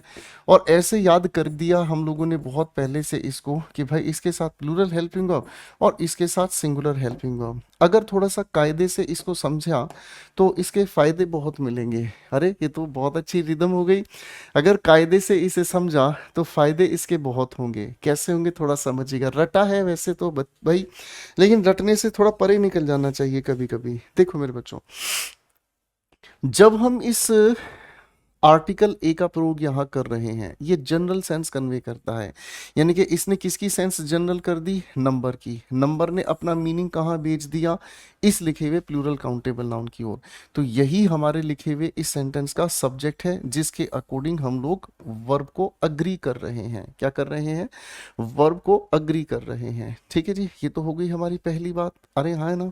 उदाहरण अगर मैं सामने लिख दूं तो भैया बिल्कुल बुरा मत मानिएगा, ठीक है ना जी। मैंने आपके सामने कहा a number of books are sold every day। Question को ध्यान से समझने की कोशिश कीजिएगा। यहां से आ ने नंबर का मीनिंग खत्म कर दिया, तो एग्जैक्टली सब्जेक्ट हमारा कौन है? बुक्स। और सर आप समझ रहे हैं कि जो बेची जा सकती है वो संख्या नहीं है, बेची जा सकती किताबें हैं। और इसी की वजह से, सब्जेक्ट की वजह से हमने प्लूरल आर यहां पर लिख दिया। इसमें कोई दिक्कत बिल्कुल भी नहीं है। करेक्ट है, हाँ कि ना। अब कॉन्सेप्ट दूसरे को समझने की कोशिश करते हैं। क्या कहता है मेरे बच्चों ये कॉन्सेप्ट? जैसे ही हमने द आर्टिकल यानी कि द डिटरमिनर इस संख्या के साथ जोड़ दिया, तो यहाँ पर एग्जैक्टली हम बात किसकी कर रहे हैं? संख्या की बात कर रहे हैं। तो जब संख्या की बात कर रहे हैं तो वास्तविक रूप से हमारे लिए सब्जेक्ट क्या हो गया? संख्या बताने वाला शब्द ही हमारा सब्जेक्ट हो गया। अरे बोलो हाँ। तो संख्या बताने वाला सब्जेक्ट हो गया तो इसका कोई अर्थ नहीं। इसी के अनुसार फिर हम लोगों ने क्या यूज की है? ये आने वाली हेल्पिंग वर्ब। ठीक है, आओ बेटा जी इसको भी थोड़ा सा खूबसूरती से समझने की कोशिश करते हैं। मैंने आप सभी के सामने कहा the number of books is 210। तो ये सवाल को भी एक बार ध्यान से समझने की कोशिश करना। हम यहां पर आपके सामने क्या कहना चाहते हैं? सर 210 क्या है? किताब नहीं है। ना, गलत जा रहे हैं। किताब नहीं है 210, किताब की संख्या है। जब किताब की ये संख्या है तो संख्या की वजह से हम लोगों ने इस द के साथ सब्जेक्ट किसको बनाया, इसको। इसी के अनुसार अग्रीमेंट इज, तो इसका कोई लेना देना नहीं है। तो ये जो क्वेश्चन है ये नोशनल सब्जेक्ट कहलाता है, यानी कि हमारे लिखे हुए आ नंबर ऑफ और द नंबर ऑफ से हम क्या आइडिया, क्या नोशन जनरेट करना चाहते हैं। तो बेटा अगर ये कॉन्सेप्ट हमें थोड़ा सा अच्छे से समझ में आ गया तो अब लिखे हुए क्वेश्चन पर आ जाओ। सर इंक्रीज क्या होगा, सोच के मुझे बताइए। इंक्रीज एक्सीडेंट्स होंगे या संख्या होगी, सोच के बताइए, टेक योर टाइम, कोई जल्दबाजी नहीं है। क्या इंक्रीज होगी, संख्या इंक्रीज होगी या फिर एक्सीडेंट्स इंक्रीज होंगे। आप कहोगे सर एक्सीडेंट को कैसे इंक्रीज कर सकते हैं। मान लीजिए एक गाड़ी है, ठीक है जी, मान लीजिए एक गाड़ी है, ठीक है, और मान लीजिए ये एक इंसान को टकरा गई, ये एक एक्सीडेंट हो गया, है ना। ऐसा ही एक और एक और एक और एक और बढ़ क्या रहा, एक्सीडेंट थोड़ी बढ़ रहे हैं, एक्सीडेंट की संख्या बढ़ रही है। तो एक्सीडेंट की संख्या बढ़ रही है तो यानी कि द नंबर ही हमारे सेंटेंस का सब्जेक्ट है, और इसी की वजह से यहां पर हम क्या लगाएंगे, इज लगाएंगे। करेक्ट है, क्योंकि बात किसकी कही है, संख्या की कही गई है। करेक्ट है, अरे हाँ है ना। अब अगर यहां पर लिखा इंक्रीजिंग की जगह मान लीजिए सीरियस होता, लाइफ थ्रेटनिंग होता, तो सीरियस या लाइफ थ्रेटनिंग क्या होगा, संख्या नहीं होगी, तब हमें यहां एक्सीडेंट्स की बात करनी होती, तब यहां पर हम ए नंबर ऑफ कहते। ठीक है, तो इस चीज को अच्छे से समझिएगा। अधिकतर इस चीज को रट लिया जाता है, तो रटने से बेटा चल तो जाता है काम, लेकिन कभी कभी पेपर वाला इस ए या दा को लेकर एरर दे देता है, वहां थियरीज फेल हो जाती हैं, तो उस पर आपको थोड़ा सा मेरे बच्चों सीरियस होकर समझना ही होगा। आइए बच्चों क्वेश्चन 24 पर बढ़ते हैं। None but are dedicated scientist. मेरे प्यारे दोस्तों, अगर हम इस नन बट को ध्यान से समझने की कोशिश करते हैं तो नन बट का मतलब हमें समझ में आता है ओनली, यानी कि इसकी अगर हम हिंदी कहने की कोशिश करें तो केवल। तो नन बट अपने आप में क्या मीनिंग बनाता है, ओनली। ठीक है ना जी। आप अगर इसको समझने की कोशिश करें तो इसका अर्थ ये भी निकलना कर आता है नो वन एक्सेप्ट। ठीक है जी, क्या कहा, नो वन एक्सेप्ट। तो यहां पर हमारे सामने इस नन बट ने क्या अर्थ बनाया, ओनली। तो हकीकत में कौन है हमारे सामने सब्जेक्ट, ये लिखा सब्जेक्ट है। अभी सब्जेक्ट के अनुसार परसुड ही, परसूज प्रेजेंट इंडेफिनिट के अकॉर्डिंग हम इसे ठीक करेंगे। ठीक है जी, करेक्ट है बच्चे, फाइन। नन बट का मीनिंग आप जरूर याद रख लीजिएगा, ये आपके काम आएगा। करेक्ट है जी।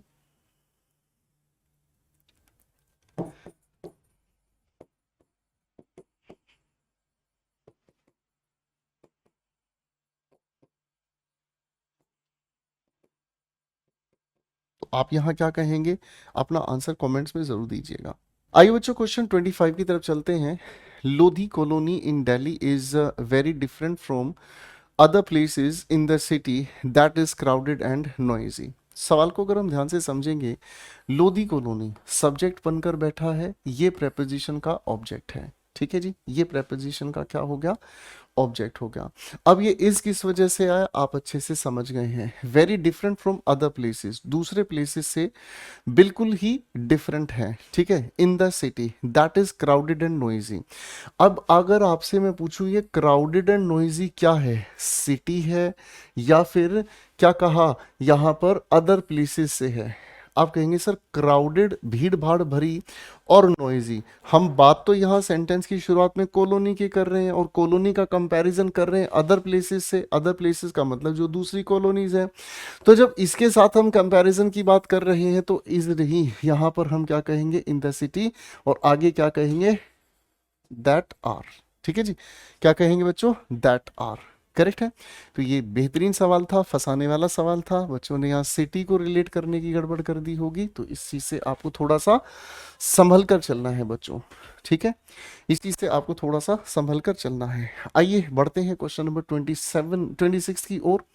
Note the teachers but the principal along with the school administrators and the parent teacher association have been working tirelessly, आगे क्या लिखा हुआ है हमारे सामने, to address the concerns of the students, parents and staff। अच्छा सवाल है, ये एक अच्छा सवाल है आपके लिए, सच में खूबसूरत परेशानी करेगा ये सवाल। देखिए बच्चों, अब अगर इस सवाल को हम थोड़ा सा ध्यान से खूबसूरत तरीके से देखने की कोशिश करते हैं तो ये जो नोट अकेला है ना, ये जो नोट अकेला है, जब भी किसी लिखे हुए सेंटेंस में किसी सब्जेक्ट के साथ जब ये नोट जुड़ जाता है तो समझ लो ये सब्जेक्ट रहता ही नहीं है। ठीक है जी, ये सब्जेक्ट रहता ही नहीं है। अगर हम इसके साथ आगे लिखकर बट और कुछ और लिखते हैं तो हमारे लिखे हुए सेंटेंस का सब्जेक्ट ये बन जाता है। यानी कि इसके साथ नोट लगाने का मतलब ये तो है ही नहीं, तो जो है वो आगे है, इसी के अनुसार आने वाली हम लोग हेल्पिंग वर्ब का प्रयोग करते हैं। तो भाई कौन नहीं है, आप कहेंगे सर जी टीचर्स नहीं है। टीचर्स नहीं तो ये सब्जेक्ट की कैटेगरी से बाहर हुआ। सर तो फिर बचा कौन है, बट द प्रिंसिपल, ये हमारे सेंटेंस का सब्जेक्ट है। कितनी खूबसूरत परेशानी यहाँ पर हमारे सामने रखी है, बहुत प्यारी परेशानी रखी है बाबू। यहाँ इस बट के बाद लिखा जो प्रिंसिपल है ये हमारे सेंटेंस का सब्जेक्ट हुआ। अब प्रेपोजिशन के बाद ये लिखा हुआ हमारे सामने पूरा ऑब्जेक्ट हो गया, एंड के साथ जुड़ा ये भी ऑब्जेक्ट हो गया, एसोसिएशन के साथ ऑब्जेक्ट हो गया। प्रिंसिपल हमारे सामने क्या है भाई, सिंगुलर है, तो सिंगुलर होने की वजह से ही हम यहां पर क्या लिखेंगे बेटा, हैज। करेक्ट है ना। अगर मैं आपके सामने एक सवाल देता हूं, आंसर दीजिएगा कमेंट सेक्शन में, ठीक है ना।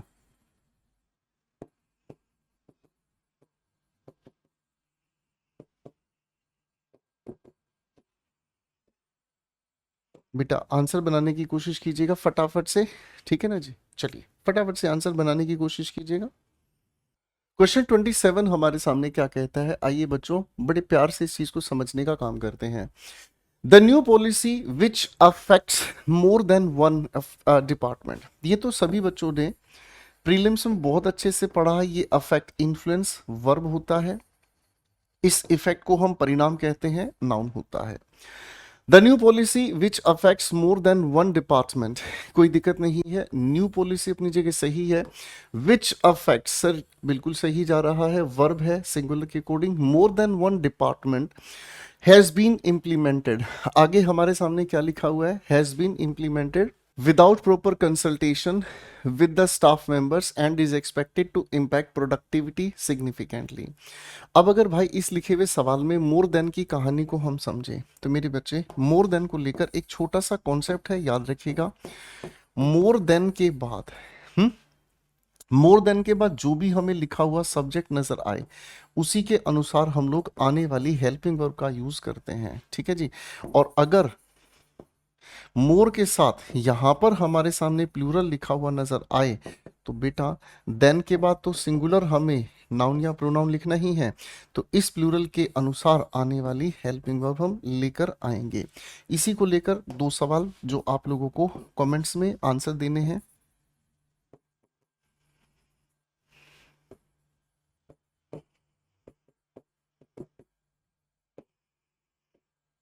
अगर आप इस लिखे हुए वाक्य की हिंदी में मुझे बता देंगे तो सच में मुझे बहुत अच्छा लगेगा।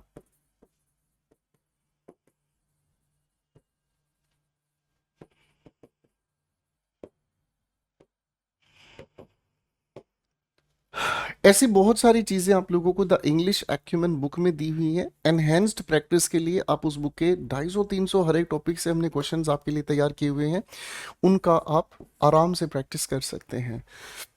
अब बेटा इस सवाल की तरफ बढ़ते हैं। बेटे इस सवाल में तो हमारे सामने सब्जेक्ट क्या हो गया है, द न्यू पॉलिसी, इसी के लिए हैज बीन इम्प्लीमेंटेड, बिल्कुल सही है, इसमें कोई परेशानी नहीं है। विदाउट प्रॉपर कंसल्टेशन, ये तो प्रेपोजिशन का ऑब्जेक्ट हो गया है, हटाओ विद द स्टाफ मेंबर्स, ये भी अपनी जगह है, कोई दिक्कत नहीं कर रहा है। And is expected to impact, and conjunction से इस इज का सब्जेक्ट वही है द न्यू पॉलिसी, तो आगे इसमें भी कोई एरर नहीं है।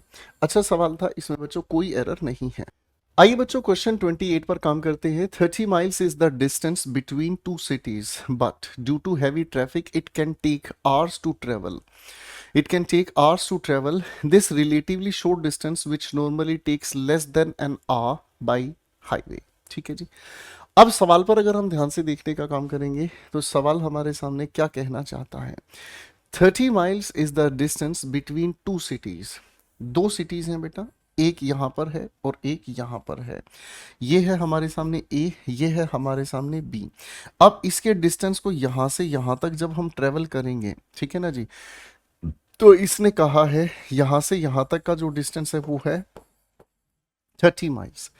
30 miles is the distance between the two cities, दोनों शहरों के बीच, but due to heavy traffic, काफ़ी हैवी ट्रैफिक होने की वजह से it can take hours to travel. ठीक है ना जी, अब ध्यान से समझने की कोशिश करना, अब ध्यान से देखने की कोशिश करना, यहाँ इट यूज हुआ है किसके लिए, 30 माइल्स के लिए, क्योंकि 30 माइल्स ही क्या है, एक डिस्टेंस है।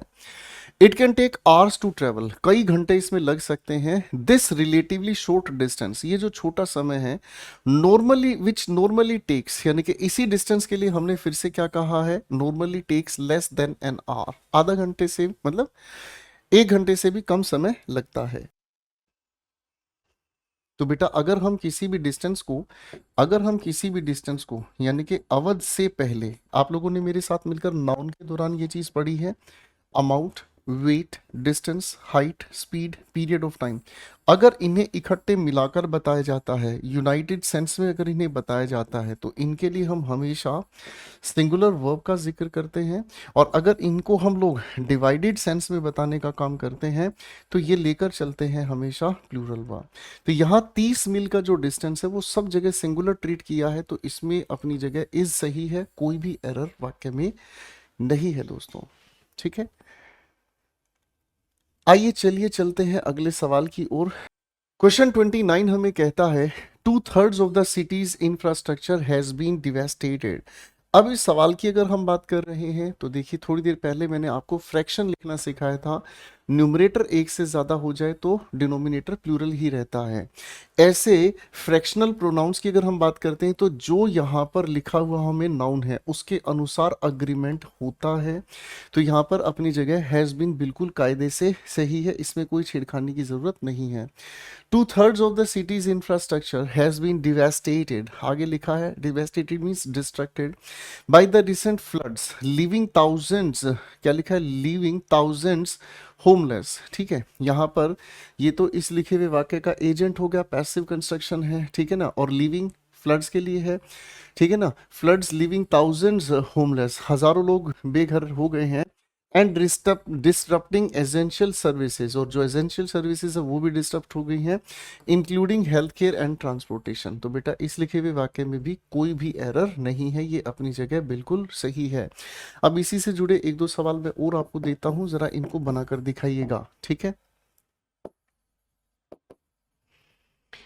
1/10 ऑफ द बॉयज,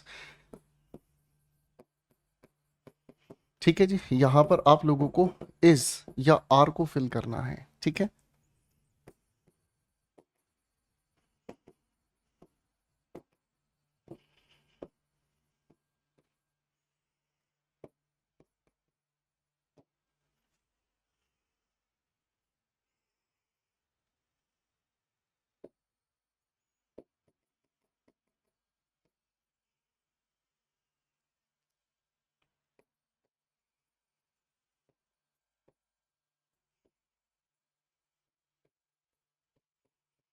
तो 3 क्वेश्चंस आपको दिए हैं बेटा, इन तीनों के आंसर जरा कमेंट्स में जरूर दीजिएगा। ठीक है बच्चों, क्वेश्चन 30 कहता है more than 7 departments within the company has expressed significant interest in participating in the upcoming training program which aims to, अब ध्यान से समझिएगा, ट्रेनिंग प्रोग्राम्स को रिलेट किया जा रहा है जिसके अनुसार एम्स आगे ठीक लिखा है, ठीक है ना जी, और यही ट्रेनिंग प्रोग्राम डूअर है किसका, इस लिखे हुए इन्फिनेटिव का, तो ये भी अपने आप में एक्टिव में सही है, employ skills and boost productivity, कोई इशू यहाँ पर नहीं है। अब मेरे बच्चों मैं आपको थोड़ी देर पहले ये कॉन्सेप्ट समझा चुका हूँ कि मोर देन के साथ लिखा हुआ जैसा सब्जेक्ट वैसी ही उसकी वर्ब अग्रीमेंट करेगी, और मोर की वजह से यहाँ पर प्लूरल काउंटेबल नाउन आता है। ठीक है जी, आने वाले लिखे हुए किसी भी अन्य नाउन के लिए, किसी भी अन्य नाउन के लिए बातचीत नहीं, इसी के अनुसार हम हमेशा प्लूरल वर्ब का जिक्र करते हैं। तो मोर देन के साथ हमारे सामने क्या लिखा है, बस इसी बात पर हमें फोकस करना है बेटा। मोर देन के साथ 7 डिपार्टमेंट्स लिखा हमारे सामने, यही एक प्यारा खूबसूरत सा सब्जेक्ट है। मोर देन कोई सब्जेक्ट नहीं है भाई, विद इन प्रेपोजिशन के बाद ये ऑब्जेक्ट होगा। सर डिपार्टमेंट्स प्लूरल होने की वजह से हमने हैव को उठा लिया, तो यहीं पर एक छोटी सी गलती थी जिसको हम लोगों ने उड़ा दिया। ठीक है बच्चों, करेक्ट है, फाइन। चलिए भाई अगले क्वेश्चन की तरफ बढ़ते हैं। अगला क्वेश्चन कहता है 31, the disclosure of the synopsis of the Thakkar commission report on the assassination of Mrs Gandhi have raised several vital questions. अब सवाल की अगर हम बात कर रहे हैं तो सवाल के लिए हमें सब्जेक्ट को ढूंढना होगा, सब्जेक्ट कहाँ शैतानी कर रहा है। मेरे प्यारे दोस्तों, हम अगर सब्जेक्ट की तलाश करेंगे तो सेंटेंस की शुरुआत में सब्जेक्ट ये मिल ही गया है ना बेटा। अब यहाँ ऑफ के बाद ये प्रेपोजिशन का ऑब्जेक्ट, ये प्रेपोजिशन का ऑब्जेक्ट हमारे सामने, ये प्रेपोजिशन का ऑब्जेक्ट और ये प्रेपोजिशन का ऑब्जेक्ट, ये सब ऑब्जेक्ट ही हैं। तो डिस्क्लोजर अपने आप में क्या हो गया है, सिंगुलर, और इसी की वजह से हम यहाँ पर क्या यूज करेंगे, हैज। ठीक है जी। बाकी यहाँ हैज के साथ लिखी हुई थर्ड फॉर्म ये इसे प्रेजेंट परफेक्ट टेंस बनाता है, बाकी और कोई परेशानी नहीं है। ठीक है जी। ठीक है बच्चों, तो ये एक अच्छा सवाल था। सिर्फ एक ही कॉन्सेप्ट हमारी मदद ज़्यादा कर रहा है और वो है कि प्रेपोजिशन के बाद अपना एक ऑब्जेक्ट होता है और ऑब्जेक्ट को लिखने का तरीका कहलाता है ऑब्जेक्टिव केस। करेक्ट है बच्चों, फाइन। आइए आगे बढ़ने की कोशिश करते हैं एक अगले सवाल की ओर। चलो इससे पहले एक सवाल मैं आपके सामने लिख रहा हूँ। ठीक है, मैं एक सवाल आपके सामने लिख रहा हूँ।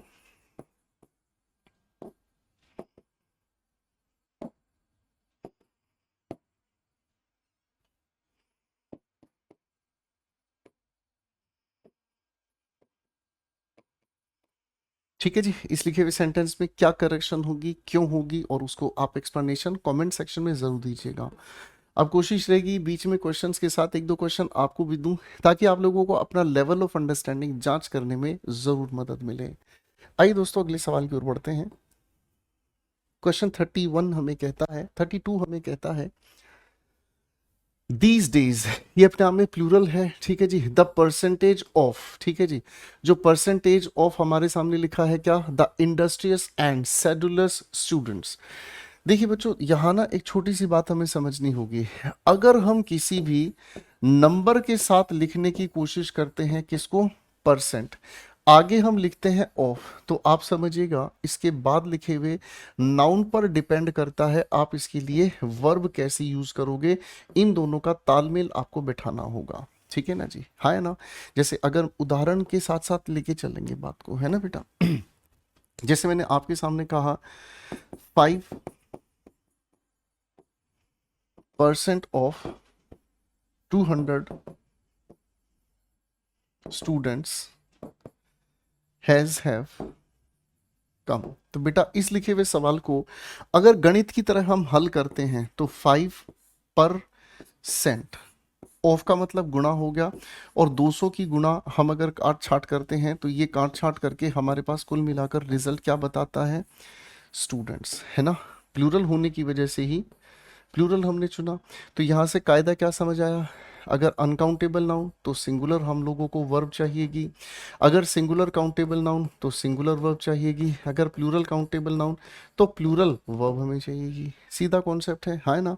अब हमारे सामने अगर इसी लिखे हुए सवाल में मेरे नन्हे मुन्ने भाइयों, अगर इसी लिखे हुए सवाल में हमारे सामने से ये जो न्यूमेरल लिखा है जिसकी वजह से ये कैलकुलेशन हो पा रही है, ये गणित हमारे सामने हल हो रहा है, अगर मान लीजिए ये संख्या हटा दी जाए, है ना, और अगर आपके सामने कह दिया जाए the percentage of 200 students is are growing, तो आप क्या कहेंगे, आप कहेंगे सर इसको तो अब हम हल कर ही नहीं पाएंगे। पर का मतलब ये हुआ, सेंट का मतलब 100 होता है, इसकी वैल्यू हमें पता नहीं, गुणा करके मैं इसको हल करके इसका रिजल्ट निकाल ही नहीं पाऊंगा। क्यों, क्योंकि इसका तो डेटा इनसफिशिएंट है, और मेरे बच्चों अगर डेटा इनसफिशिएंट है तो इसी वजह से हम इसको कैलकुलेट नहीं कर पाएंगे, हल नहीं कर पाएंगे। तो जिसका हल नहीं, जिसकी संख्या नहीं, जिसका वजूद नहीं, वो अपने आप में सिंगुलर ही रहता है। ठीक है बेटा, तो इसी वजह से यहाँ पर सवाल बहुत आसान हो गया हमारे सामने। ठीक है ना जी, द परसेंटेज, यहाँ हमारे पास संख्या है ही नहीं, अरे हाँ है ना, जब संख्या हमारे पास है ही नहीं तो ये अपने आप में क्या होगा, आप कहेंगे सर द परसेंटेज की वजह से कैलकुलेट होगा नहीं, तो ये सिंगुलर इज अपनी जगह बिल्कुल सही है। अरे हाँ है ना, a small and it is decreasing day by day, decrease क्या हो रही है, आप क्या कहेंगे सर स्टूडेंट डिक्रीज नहीं हो रही, उनकी प्रतिशतता परसेंटेज कम होती जा रही है, तो ये भी अपने आप में सही है। इसीलिए इस वाक्य में कोई भी एरर नहीं है। बहुत बेहतरीन कॉन्सेप्ट है ये, आप लोगों को पढ़ाया जाता है बेटा सिलेक्शन बैच में, ठीक है। और ये क्लासेस मेंस के बच्चों के लिए हैं, चाहे जो बच्चा CHSL मेंस की तैयारी कर रहा हो, CPO मेंस की तैयारी कर रहा हो, चाहे CGL मेंस की तैयारी कर रहा हो, क्योंकि मेंस के लेवल के बच्चे को प्रैक्टिस चाहिए, और वो भी ऐसी प्रैक्टिस जिसके अंदर डेप्थ की अंडरस्टैंडिंग हो। समझ रहे हैं, डेप्थ की अंडरस्टैंडिंग का मतलब किसी क्वेश्चन को बनाने के लिए ना उसको एक ऐसी स्किल चाहिए कि अच्छा इस चीज को ही ध्यान से हमें समझ कर चलना है, ऐसी लॉजिक पेपर में आएगी तो तुरंत लगा देंगे, ठीक है। हाँ है ना, ठीक है बेटा। बाकी चीजें बहुत गहराई से तो सिलेक्शन बैच में आप मेरे साथ पढ़ते ही रहते हैं। आइए बच्चों, क्वेश्चन नंबर 33 पर प्यार करते हैं। Each man and each woman are coming to join us to protest against the unreasonable price hike of petrol in Delhi। देखिए बच्चों, इसके पीछे की कहानी को थोड़ा सा समझाता हूं। अगर हमारे सामने नो के साथ सिंगुलर नाउन एंड फिर से नो के साथ अगर हमारे सामने सिंगुलर नाउन लिखा मिलता है, तो मेरे दोस्तों अर्थ के आधार पर इस नो का कोई अर्थ नहीं बचता, यानी कि ये जो नाउन लिखा है इसका अर्थ खत्म।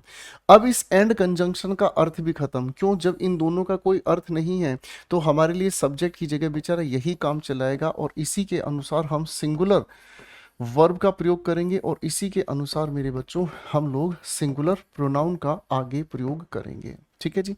अब आप कहेंगे सर जी अगर इसी लिखे हुए सेंटेंस में नो के साथ अगर प्लूरल काउंटेबल नाउन, और सर जी यहाँ नो के साथ अगर प्लूरल काउंटेबल नाउन, तो हम क्या करेंगे बाबू, फंडा ऊपर वाला ही लागू होना है, इसका कोई अर्थ नहीं, एंड का कोई अर्थ नहीं।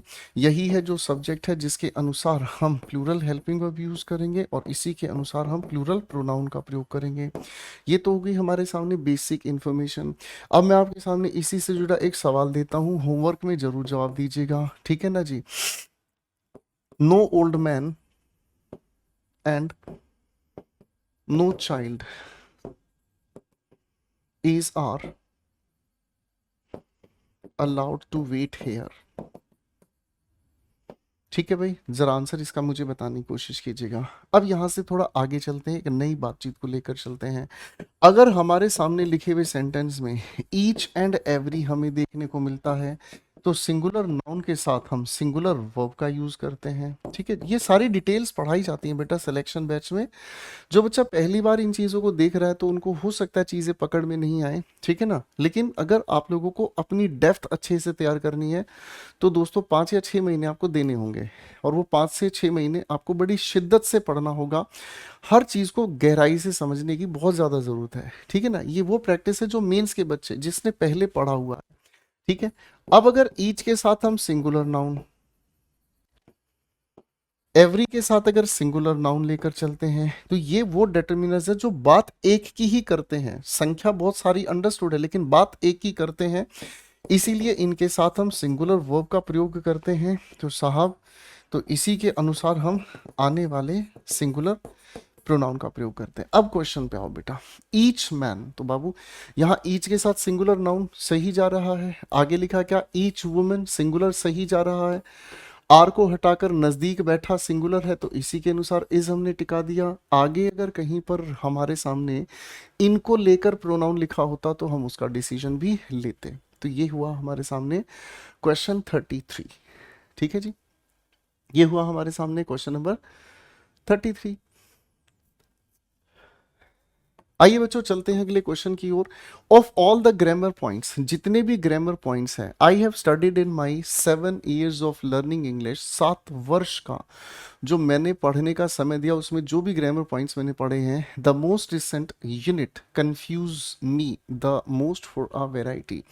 अब समझने की कोशिश कीजिएगा, सर सभी में से कंपैरिजन किया गया है, सिलेक्शन आउट ऑफ कंपैरिजन किया गया है, सभी पॉइंट्स में से आई के according have studied, present perfect सही अग्री कर रहा है। इन माई 7 years ऑफ लर्निंग, कौन से 7 वर्ष मेरे जीवन के अंग्रेजी सीखने के, ठीक है जी, है ना। अब क्या सबसे ज्यादा हमें कंफ्यूज करता है? Recent unit. यही रिसेंट यूनिट इस लिखी हुई कंफ्यूज के लिए सब्जेक्ट बन रही है। तो आप यहां पर कहेंगे कंफ्यूजेज मी। क्या कहेंगे? कंफ्यूजेज मी। यहां पर 34 के लिए आप क्या कहेंगे? कंफ्यूजेज मी। यही मुझे सबसे ज्यादा कंफ्यूज करती है, ये वो यूनिट है। तो यहाँ कंफ्यूज नहीं, कंफ्यूजेज मी। ठीक है बेटा, तो ये बहुत प्यारा सवाल है, यहाँ पर हमें एरर मार्क करना पड़ गया। चलिए बच्चों, अगले सवाल की ओर बढ़ते हैं। क्वेश्चन 35 कहता है the decline in the fortunes of the ones esteemed royal family of Mysore are a direct consequence of the refusal of the members of the family to look for jobs in the independent India. अब मेरे बच्चों, question पर हम focus करते हैं। क्या कहता है? ठीक है, द डिक्लाइन। सर ये हमारे सामने लिखे हुए सेंटेंस का सब्जेक्ट तैनात हो गया है, प्रेपोजिशन के बाद ऑब्जेक्ट, प्रेपोजिशन के बाद ऑब्जेक्ट। ठीक है ना जी, हाँ है ना। आगे हम देखने का काम करते हैं। प्रेपोजिशन के बाद ऑब्जेक्ट, डिक्लाइन की वजह से आर नहीं, हमें सिंगुलर सब्जेक्ट ही चाहिएगा। तो बाकी के क्वेश्चन में इतनी ज़्यादा कोई परेशानी नहीं, हम बिल्कुल सही जगह पर पहुंच गए हैं। ठीक है बच्चों, आइए बच्चों अगले क्वेश्चन की ओर चलते हैं। The advent of the plethora of new tools to create web pages are the cause for the advances in web technology. आप अगर इस सवाल को ध्यान से देखेंगे तो एडवेंट, एडवेंट का मतलब आगमन होता है, यही हमारे सेंटेंस का सब्जेक्ट है। ये प्रेपोजिशन का ऑब्जेक्ट, ये प्रेपोजिशन का ऑब्जेक्ट, आगे ये एक इन्फिनेटिव है और ये इस इन्फिनेटिव का हमारे सामने ऑब्जेक्ट है। तो बेटा इस एडवेंट के लिहाज से यहाँ आर नहीं, हमें क्या लेना होगा? इज। और हम इसको इज के साथ ही क्यों बताएंगे? क्योंकि एक जनरल इंफॉर्मेशन है, ये नाम में कुछ और नहीं, एक जनरल इंफॉर्मेशन है।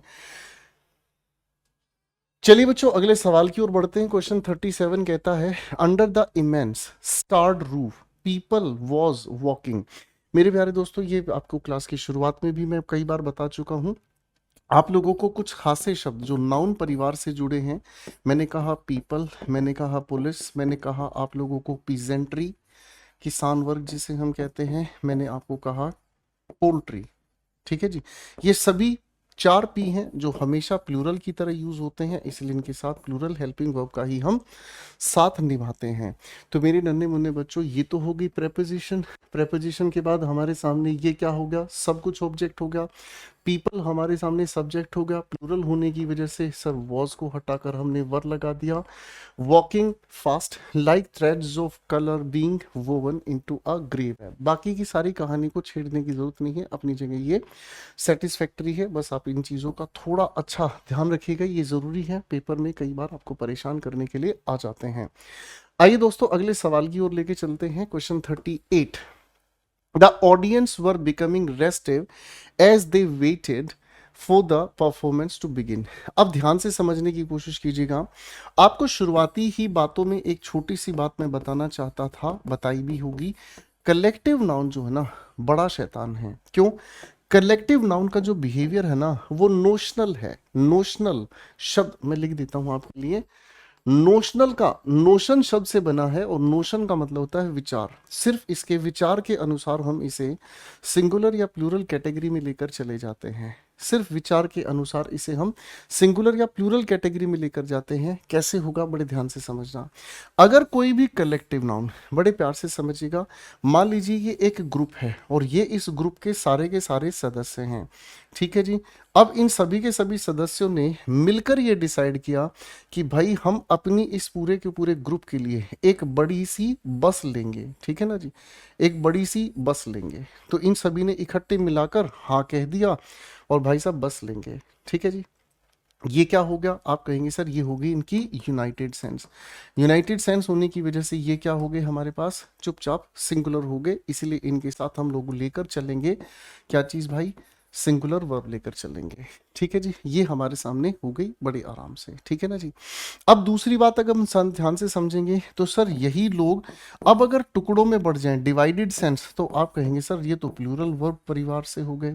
टुकड़ों में अगर बट गए तो क्या सेंस हमारे सामने आती है? सेंस हमारे सामने आती है, मान लीजिए इसमें कुछ लोगों ने कहा नहीं सर हमें तो कार की जरूरत है, कुछ लोगों ने कहा सर हम तो ई रिक्शा वाले हैं। ठीक है भाई। भाई कुछ लोगों ने कहा कि नहीं सर, हम लोग अपने प्राइवेट व्हीकल से ही आने की कोशिश करेंगे, जो हमारे अपने अपने प्राइवेट व्हीकल हैं हम उनसे। तो ये बट गया टुकड़ों में। टुकड़ों में बटने की वजह से क्या हो गया, डिवाइडेड सेंस हमारे सामने हो गया। अब डिवाइडेड सेंस के अनुसार हमें इसको कंसीडर करना होगा। ठीक है बच्चों, तो अब हम सवाल की ओर देखते हैं। तो इस लिखे हुए सेंटेंस में जब हमने ऑडियंस को ध्यान से देखा और वो क्या बन गई, रेस्टिव बन गई। यानी कि रेस्टिव होने का मतलब हमारे सामने क्या होगा, रेस्टिव होने का मतलब क्या होता है, अब वो बिल्कुल बेहोश होना शुरू हो गई। तो बेटा ये तो कलेक्टिव सेंस की बात कही गई है, इसीलिए हम यहाँ पर सिंगुलर वर्ब का ही यूज करेंगे। ठीक है बच्चों, आइए बढ़ते हैं अगले सवाल की ओर। Neither of these two documents support, क्या लिखा है, क्लेम ऑन द प्रॉपर्टी। मेरे प्यारे दोस्तों जरा इस बात को ध्यान से हम समझने की कोशिश करते हैं। ईच की हमने बात करी, हमने आइदर की बात करी, हमने नाइदर की बात करी। ठीक है, अगर हम लोग बात करते हैं वन के बारे में, तो इन सभी के साथ जब हम ऑफ लगाते हैं, तो पहली बात तो ये कि इनके साथ आने वाला जो भी नाउन या प्रोनाउन है, जो भी नाउन या प्रोनाउन है वो हम प्लूरल रखते हैं। पर प्रेपोजिशन का ऑब्जेक्ट होने के नाते हम लोगों की जो हेल्पिंग वर्ब है ना भाई, हम लोगों की जो हेल्पिंग वर्ब है वो हम लेकर चलते हैं सिंगुलर वर्ब परिवार से। अब सिंगुलर क्यों, क्योंकि ये बेचारे सारे के सारे नन्हे मुन्ने शिकारी सिंगुलर हैं। अब दोस्तों, अब अगर ये सिंगुलर हमारे सामने वैलिड हो गए हैं तो हमें क्या समझ में आया, नीदर के बाद ये तो हमारे सामने सही जा रहा है, कोई दिक्कत नहीं, प्लूरल हो गया। नीदर की वजह से हम लोग सपोर्ट को हटाकर क्या कर देंगे, सर आप कहेंगे नीदर की वजह से हम दोनों के लिए सपोर्ट को हटाकर, क्योंकि यहाँ पास्ट के बारे में कोई इंडिकेशन नहीं है, तो हम इसी को हटाकर प्रेजेंट इंडेफिनिट के हिसाब से कह देंगे सपोर्ट्स। खत्म होगी बात। तो छोटी छोटी ये बातें आप लोगों को सिलेक्शन बैच में अच्छे से डिटेल में बताई जाती हैं।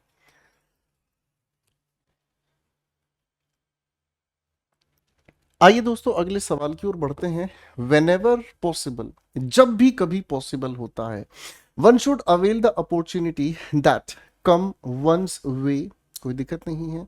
If one wants to achieve success, लिखा है इन लाइफ। देखिए बच्चों, जब हमारे सामने वेन की बात कही जाए, तो जब दो क्लॉजेस को वेन के साथ बताने की कोशिश करता है, तो ये बताने का काम करता है एक स्पेसिफिक टाइम के बारे में। क्या बता रहा है, एक स्पेसिफिक टाइम को पॉइंट करने के लिए हम इसका प्रयोग करते हैं। ठीक है ना, जैसे उदाहरण के लिए अगर हम कहें when I came he was sleeping, तो मेरा आना एक निश्चित समय पर हुआ जब वह, मैंने देखा, सो रहा था। अगर बाबू इसके साथ हम एवर को सफिक्स कर देते हैं, तो ये अपने आप में बन जाता है इंडेफिनेट परिवार का सदस्य है, और इसका मतलब हमें समझ में आता है क्या, ये अपने आप में इंडेफिनेट। और इंडेफिनेट का मतलब हमें समझ में आया, जब भी कभी। तो इंडेफिनेट की ये बात हमेशा हमें लेकर जाती है फ्रीक्वेंसी की ओर। ठीक है ना, मैं अगर आपको ये कहता हूं take this, take this credit card whenever you go to market, है ना, तो जब कभी भी आपका जाना हो, फ्रीक्वेंसी की बात है, आप हमेशा इसको साथ लेकर जाना। ठीक है, तो ये दोनों का एक छोटा सा फर्क है। अब वेन एवर पॉसिबल, जब कभी भी ये पॉसिबल हो, ठीक है जी, जब कभी भी ये पॉसिबल हो, one should avail the opportunity. ठीक है ना जी, one should avail the opportunity that come one's. तो सर यहाँ अपॉर्चुनिटी के लिए हम सिंगुलर की बात करेंगे, तब सिंगुलर की बात करेंगे, दैट क्या लिखा है, कम नहीं, दैट कम्स। तो यही हमारे सामने एक सटीक आंसर होगा, दैट कम्स वंस वे। अब यहाँ वन क्यों हुआ, क्योंकि ये सब्जेक्ट हमारे पास वन है। आगे इफ के साथ यहाँ वन लिखा हुआ है, क्योंकि वन सब्जेक्ट को ही आगे ये लिखी हुई कंडीशन जस्टिफाई करती है। ये बच्चों चलते हैं क्वेश्चन नंबर 41 पर। How is it that neither your friend Mahesh NOR his brother Ramesh have, लिखा है हमारे सामने क्या, प्रोटेस्टेड। देखिए बच्चों, ये सब्जेक्ट वर्ब एग्रीमेंट का बहुत प्यारा सवाल है। हाउ के साथ यहाँ इट सब्जेक्ट है, जिसके लिए इज हमने लिखा है, आगे लिखा है दैट नीदर योर फ्रेंड। एक तो ये हुआ हमारे सामने, नीदर के साथ नोर अपना सही काम कर रहा है। अब मेरे बच्चों एक छोटे से नियम पर आपको गौर फरमाना है। पेयर कंजंक्शन जो काम करते हैं, ईदर या आइदर दोनों तरह इसको प्रोनाउंस कर सकते हैं, आइदर और नाइदर नोर। ठीक है जी, हमारे सामने सब्जेक्ट के लिए अगर नॉट ओनली बट ऑल्सो हमें देखने को मिलता है, या फिर दो अलग अलग सब्जेक्ट हमें और से देखने को मिलते हैं, तो जो भी हमारे पास, इनके पास यहाँ इस एरिया में, यानी कि सेकंड जो पेयर के साथ सब्जेक्ट हमें देखने को मिलता है, तो इस बात को याद रखिएगा, यही है वो सब्जेक्ट जो आने वाली हेल्पिंग वर्ब के साथ अग्रीमेंट बनाता है। भले ही ये भी अपने आप में सब्जेक्ट है, लेकिन इन सब्जेक्ट का कोई लेना देना नहीं। जो सब्जेक्ट टू है, जो नज़दीक बैठा है, वही आने वाली हेल्पिंग वर्ब का सगा रिश्तेदार है। तो नोट हिज ब्रदर अपने आप में रमेश यही है सिंगुलर, जिसकी वजह से हम लोगों को यहाँ पर क्या लगाना होगा बच्चों, हमें यहाँ लगाना होगा हैज। ठीक है बेटा, आइए अगले सवाल की ओर लिए चलते हैं आपको। There has been a number of railway accidents during the, क्या लिखा है भाई, लास्ट मंथ। अब मेरे बच्चों वही कॉन्सेप्ट जो आप लोगों को अ नंबर ऑफ और द नंबर ऑफ के बारे में हमने बताया, वही प्यार भरी कहानी अब हम लोगों को फिर से समझ कर चलनी होगी। ठीक है ना जी, एक्सीडेंट्स की यहाँ पर बात कही गई है, कोई भी दिक्कत नहीं है। अब पहली बात तो आप लोग ये चीज अच्छे से याद रख लीजिएगा कि देयर एक ऐसी एडवर्ब है जिसके बाद चाहे हेल्पिंग वर्ब चाहे मेन वर्ब हम लाते हैं, तो उसका देयर से कोई लेना देना नहीं है। आने वाला जो हमारा वास्तविक सब्जेक्ट है वो इसके बाद लिखा होता है। ये अपने आप में एक इन्वर्जन का रूल फॉलो करता है। ठीक है भाई, हाँ कि ना।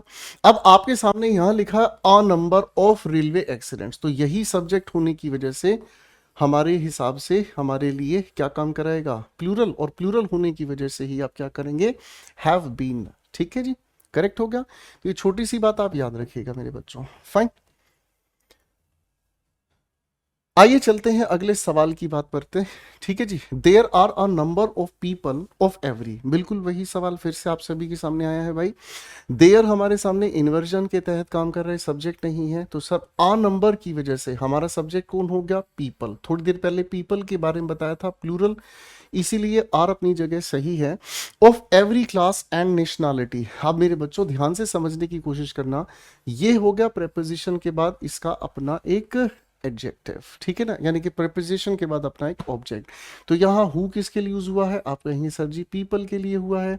पीपल प्लूरल है तो डाउट्स क्यों यूज होगा, हम यहाँ पर सिर्फ डाउट यूज करेंगे। तो मेरे बच्चों यहाँ पर हमें क्या लेकर चलना होगा, सिर्फ और सिर्फ एक प्यारा सा शब्द डाउट, इसके अलावा किसी और चीज को छेड़ने की आवश्यकता नहीं है। यहाँ एक बात और कहना चाहूंगा, कोई भी बच्चा ये ना सोचे कि सर हमें सीडीएस के क्वेश्चंस क्यों कराए जाए। मेरे प्यारे दोस्तों, आज की इस पूरी क्लास में आप लोगों के सामने जो क्वेश्चंस हम लोगों ने रखे हैं, क्वेश्चंस 3 लेवल पर रखे हैं। ठीक है ना, एक लेवल है जो हमारा प्री का है, जिसे हम लोग इजी कह देंगे, आप इसे बिल्कुल माइंड नहीं करेंगे। ठीक है ना जी। एक लेवल है जो सीजीएल मेंस के ही क्वेश्चंस हम लोगों ने उठाए हैं, वो क्वेश्चंस मॉडरेट हैं, ध्यान दोगे तो समझ आएंगे, जल्दबाजी में आपसे गलती होगी ही होगी। ठीक है ना। और एक ऐसा क्वेश्चन है जो रेफरेंस के लिए हम लोगों ने अदर एग्जाम से उठाए हैं, और जब रेफरेंस के लिए अदर एग्जाम से हम उनको उठाकर लेकर आपके लिए लेकर आएंगे, तो डेफिनेट सी बात है वो क्वेश्चन थोड़ा सा आपके कॉन्सेप्ट्स को चैलेंज करने के लिए बहुत अच्छे हैं। कॉन्सेप्ट जो आप लोगों ने अपनी क्लासेस में पढ़े हैं, कहीं से भी पढ़े हैं, खुद से भी तैयारी की है, उनको थोड़ा सा चैलेंज करने के लिए, तो ये सवाल हम ऐसी कैटेगरी से आपके लिए लेकर आ रहे हैं। ठीक है, गॉट इट।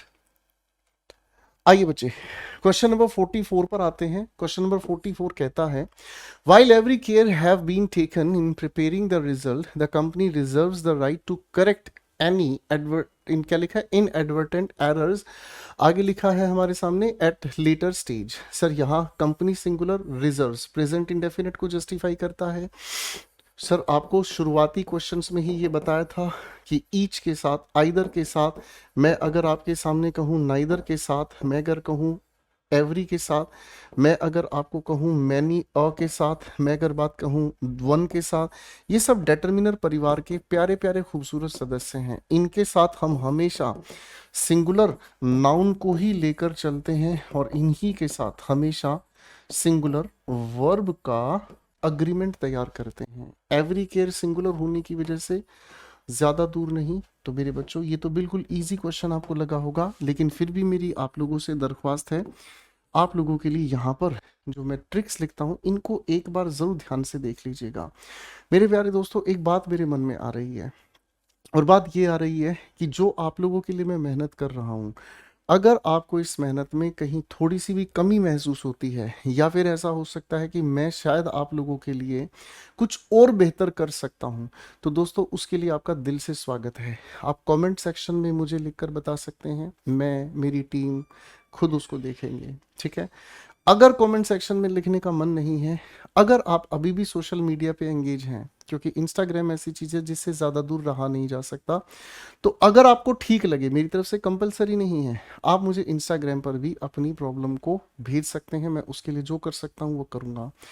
तीसरी चीज मुझे ये बतानी है दोस्तों, ये सारी क्लासेस तो आप लोगों को इस चैनल पे मिल ही रही हैं, लेकिन आपके लिए कुछ एडिशनल क्लासेस जो मिल रही हैं, वो एडिशनल क्लासेस मेरे यूट्यूब चैनल पर इंग्लिश विद गोपाल वर्मा पर आपको लगभग हर सप्ताह 2 या 3 रिकॉर्डेड क्लास में मिलेगी और 2 या 3 लाइव क्लास में मिलेगी।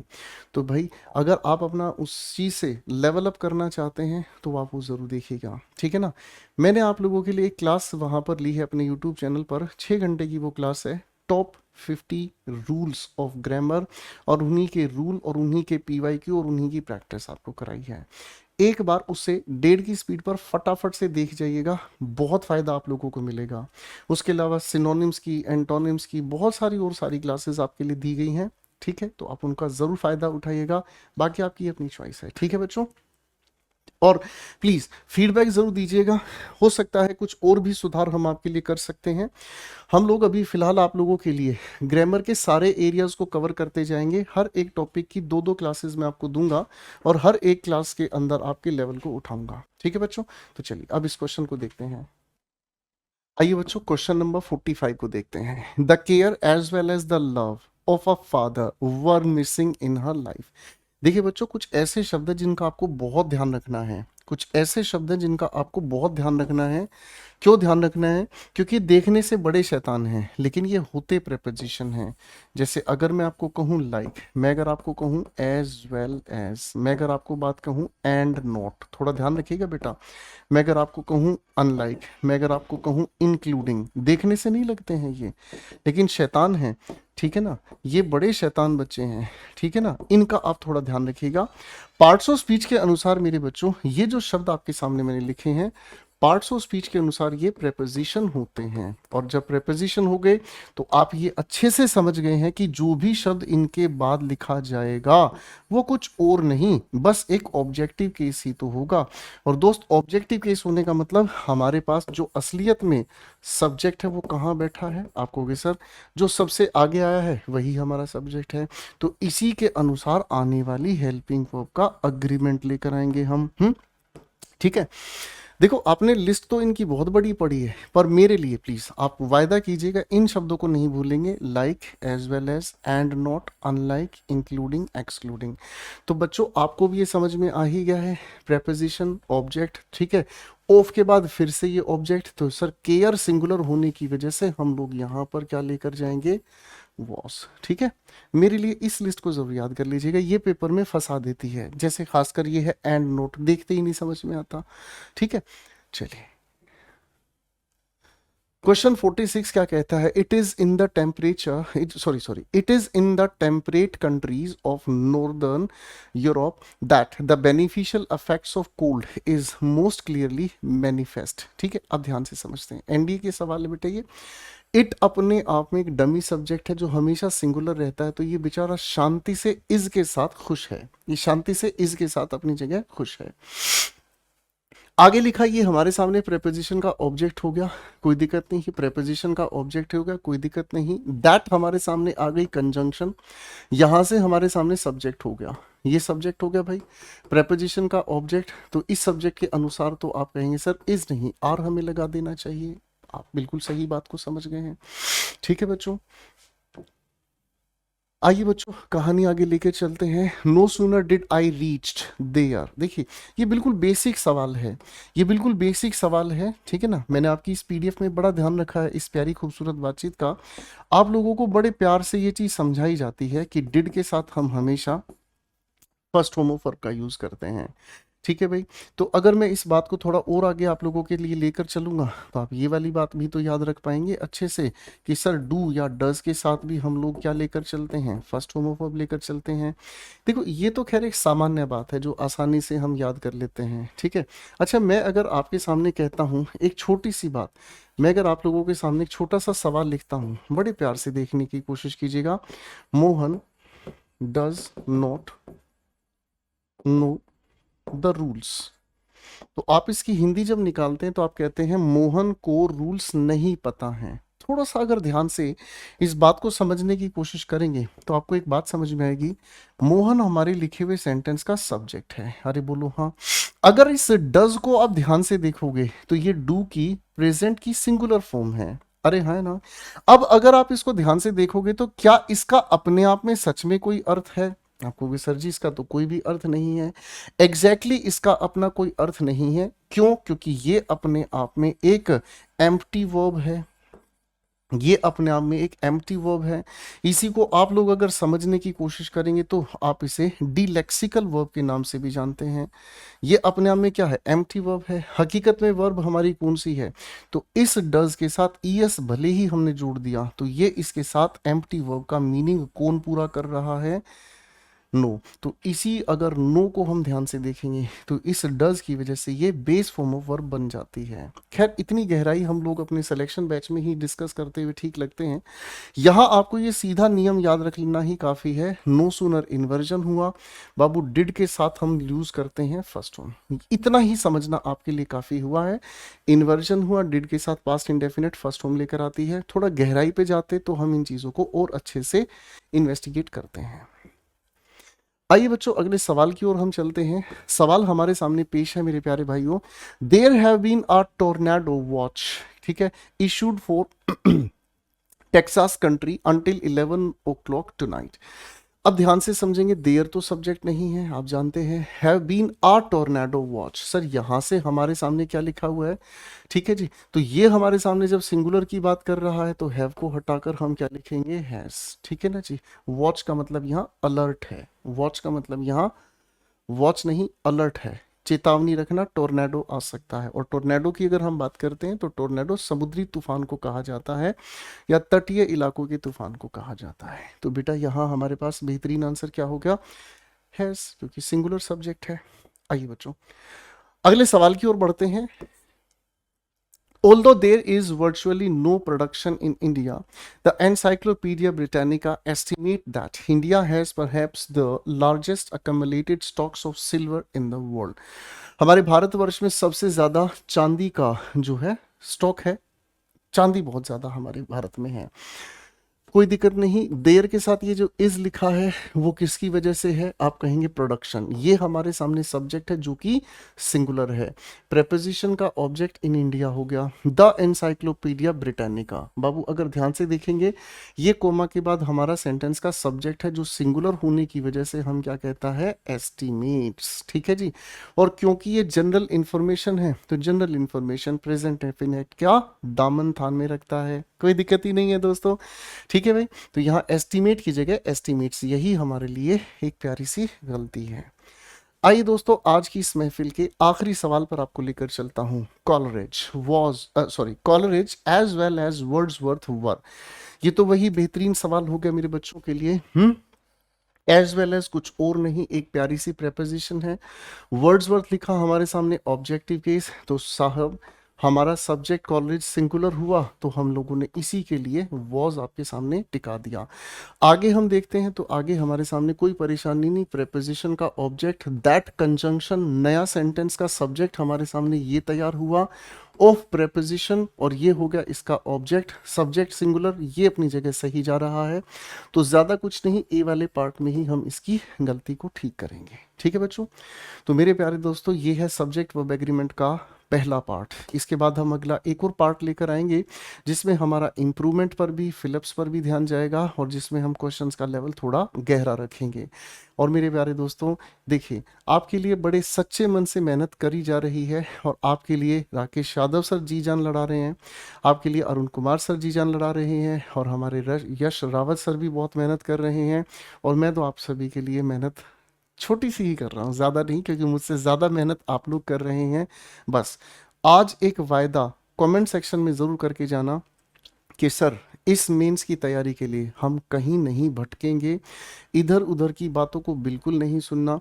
जो कंटेंट आप अपने English with Gopal Verma YouTube channel पर प्रोवाइड कर रहे हैं, जो कंटेंट आप हमें यहाँ प्रोवाइड कर रहे हैं, बस इससे ज़्यादा हमें और कुछ नहीं चाहिए। इसके अलावा जो प्री लेवल पर आप लोगों ने पढ़ा है उस पर आप मेहनत लगातार करते रहिएगा। थैंक यू सो मच मेरे प्यारे दोस्तों, फिर मुलाकात करते हैं अगले सेशन में, जहाँ हम लेवल को और आगे एडवांस लेवल पर लेके जाएंगे। Thank you so much, bye everyone.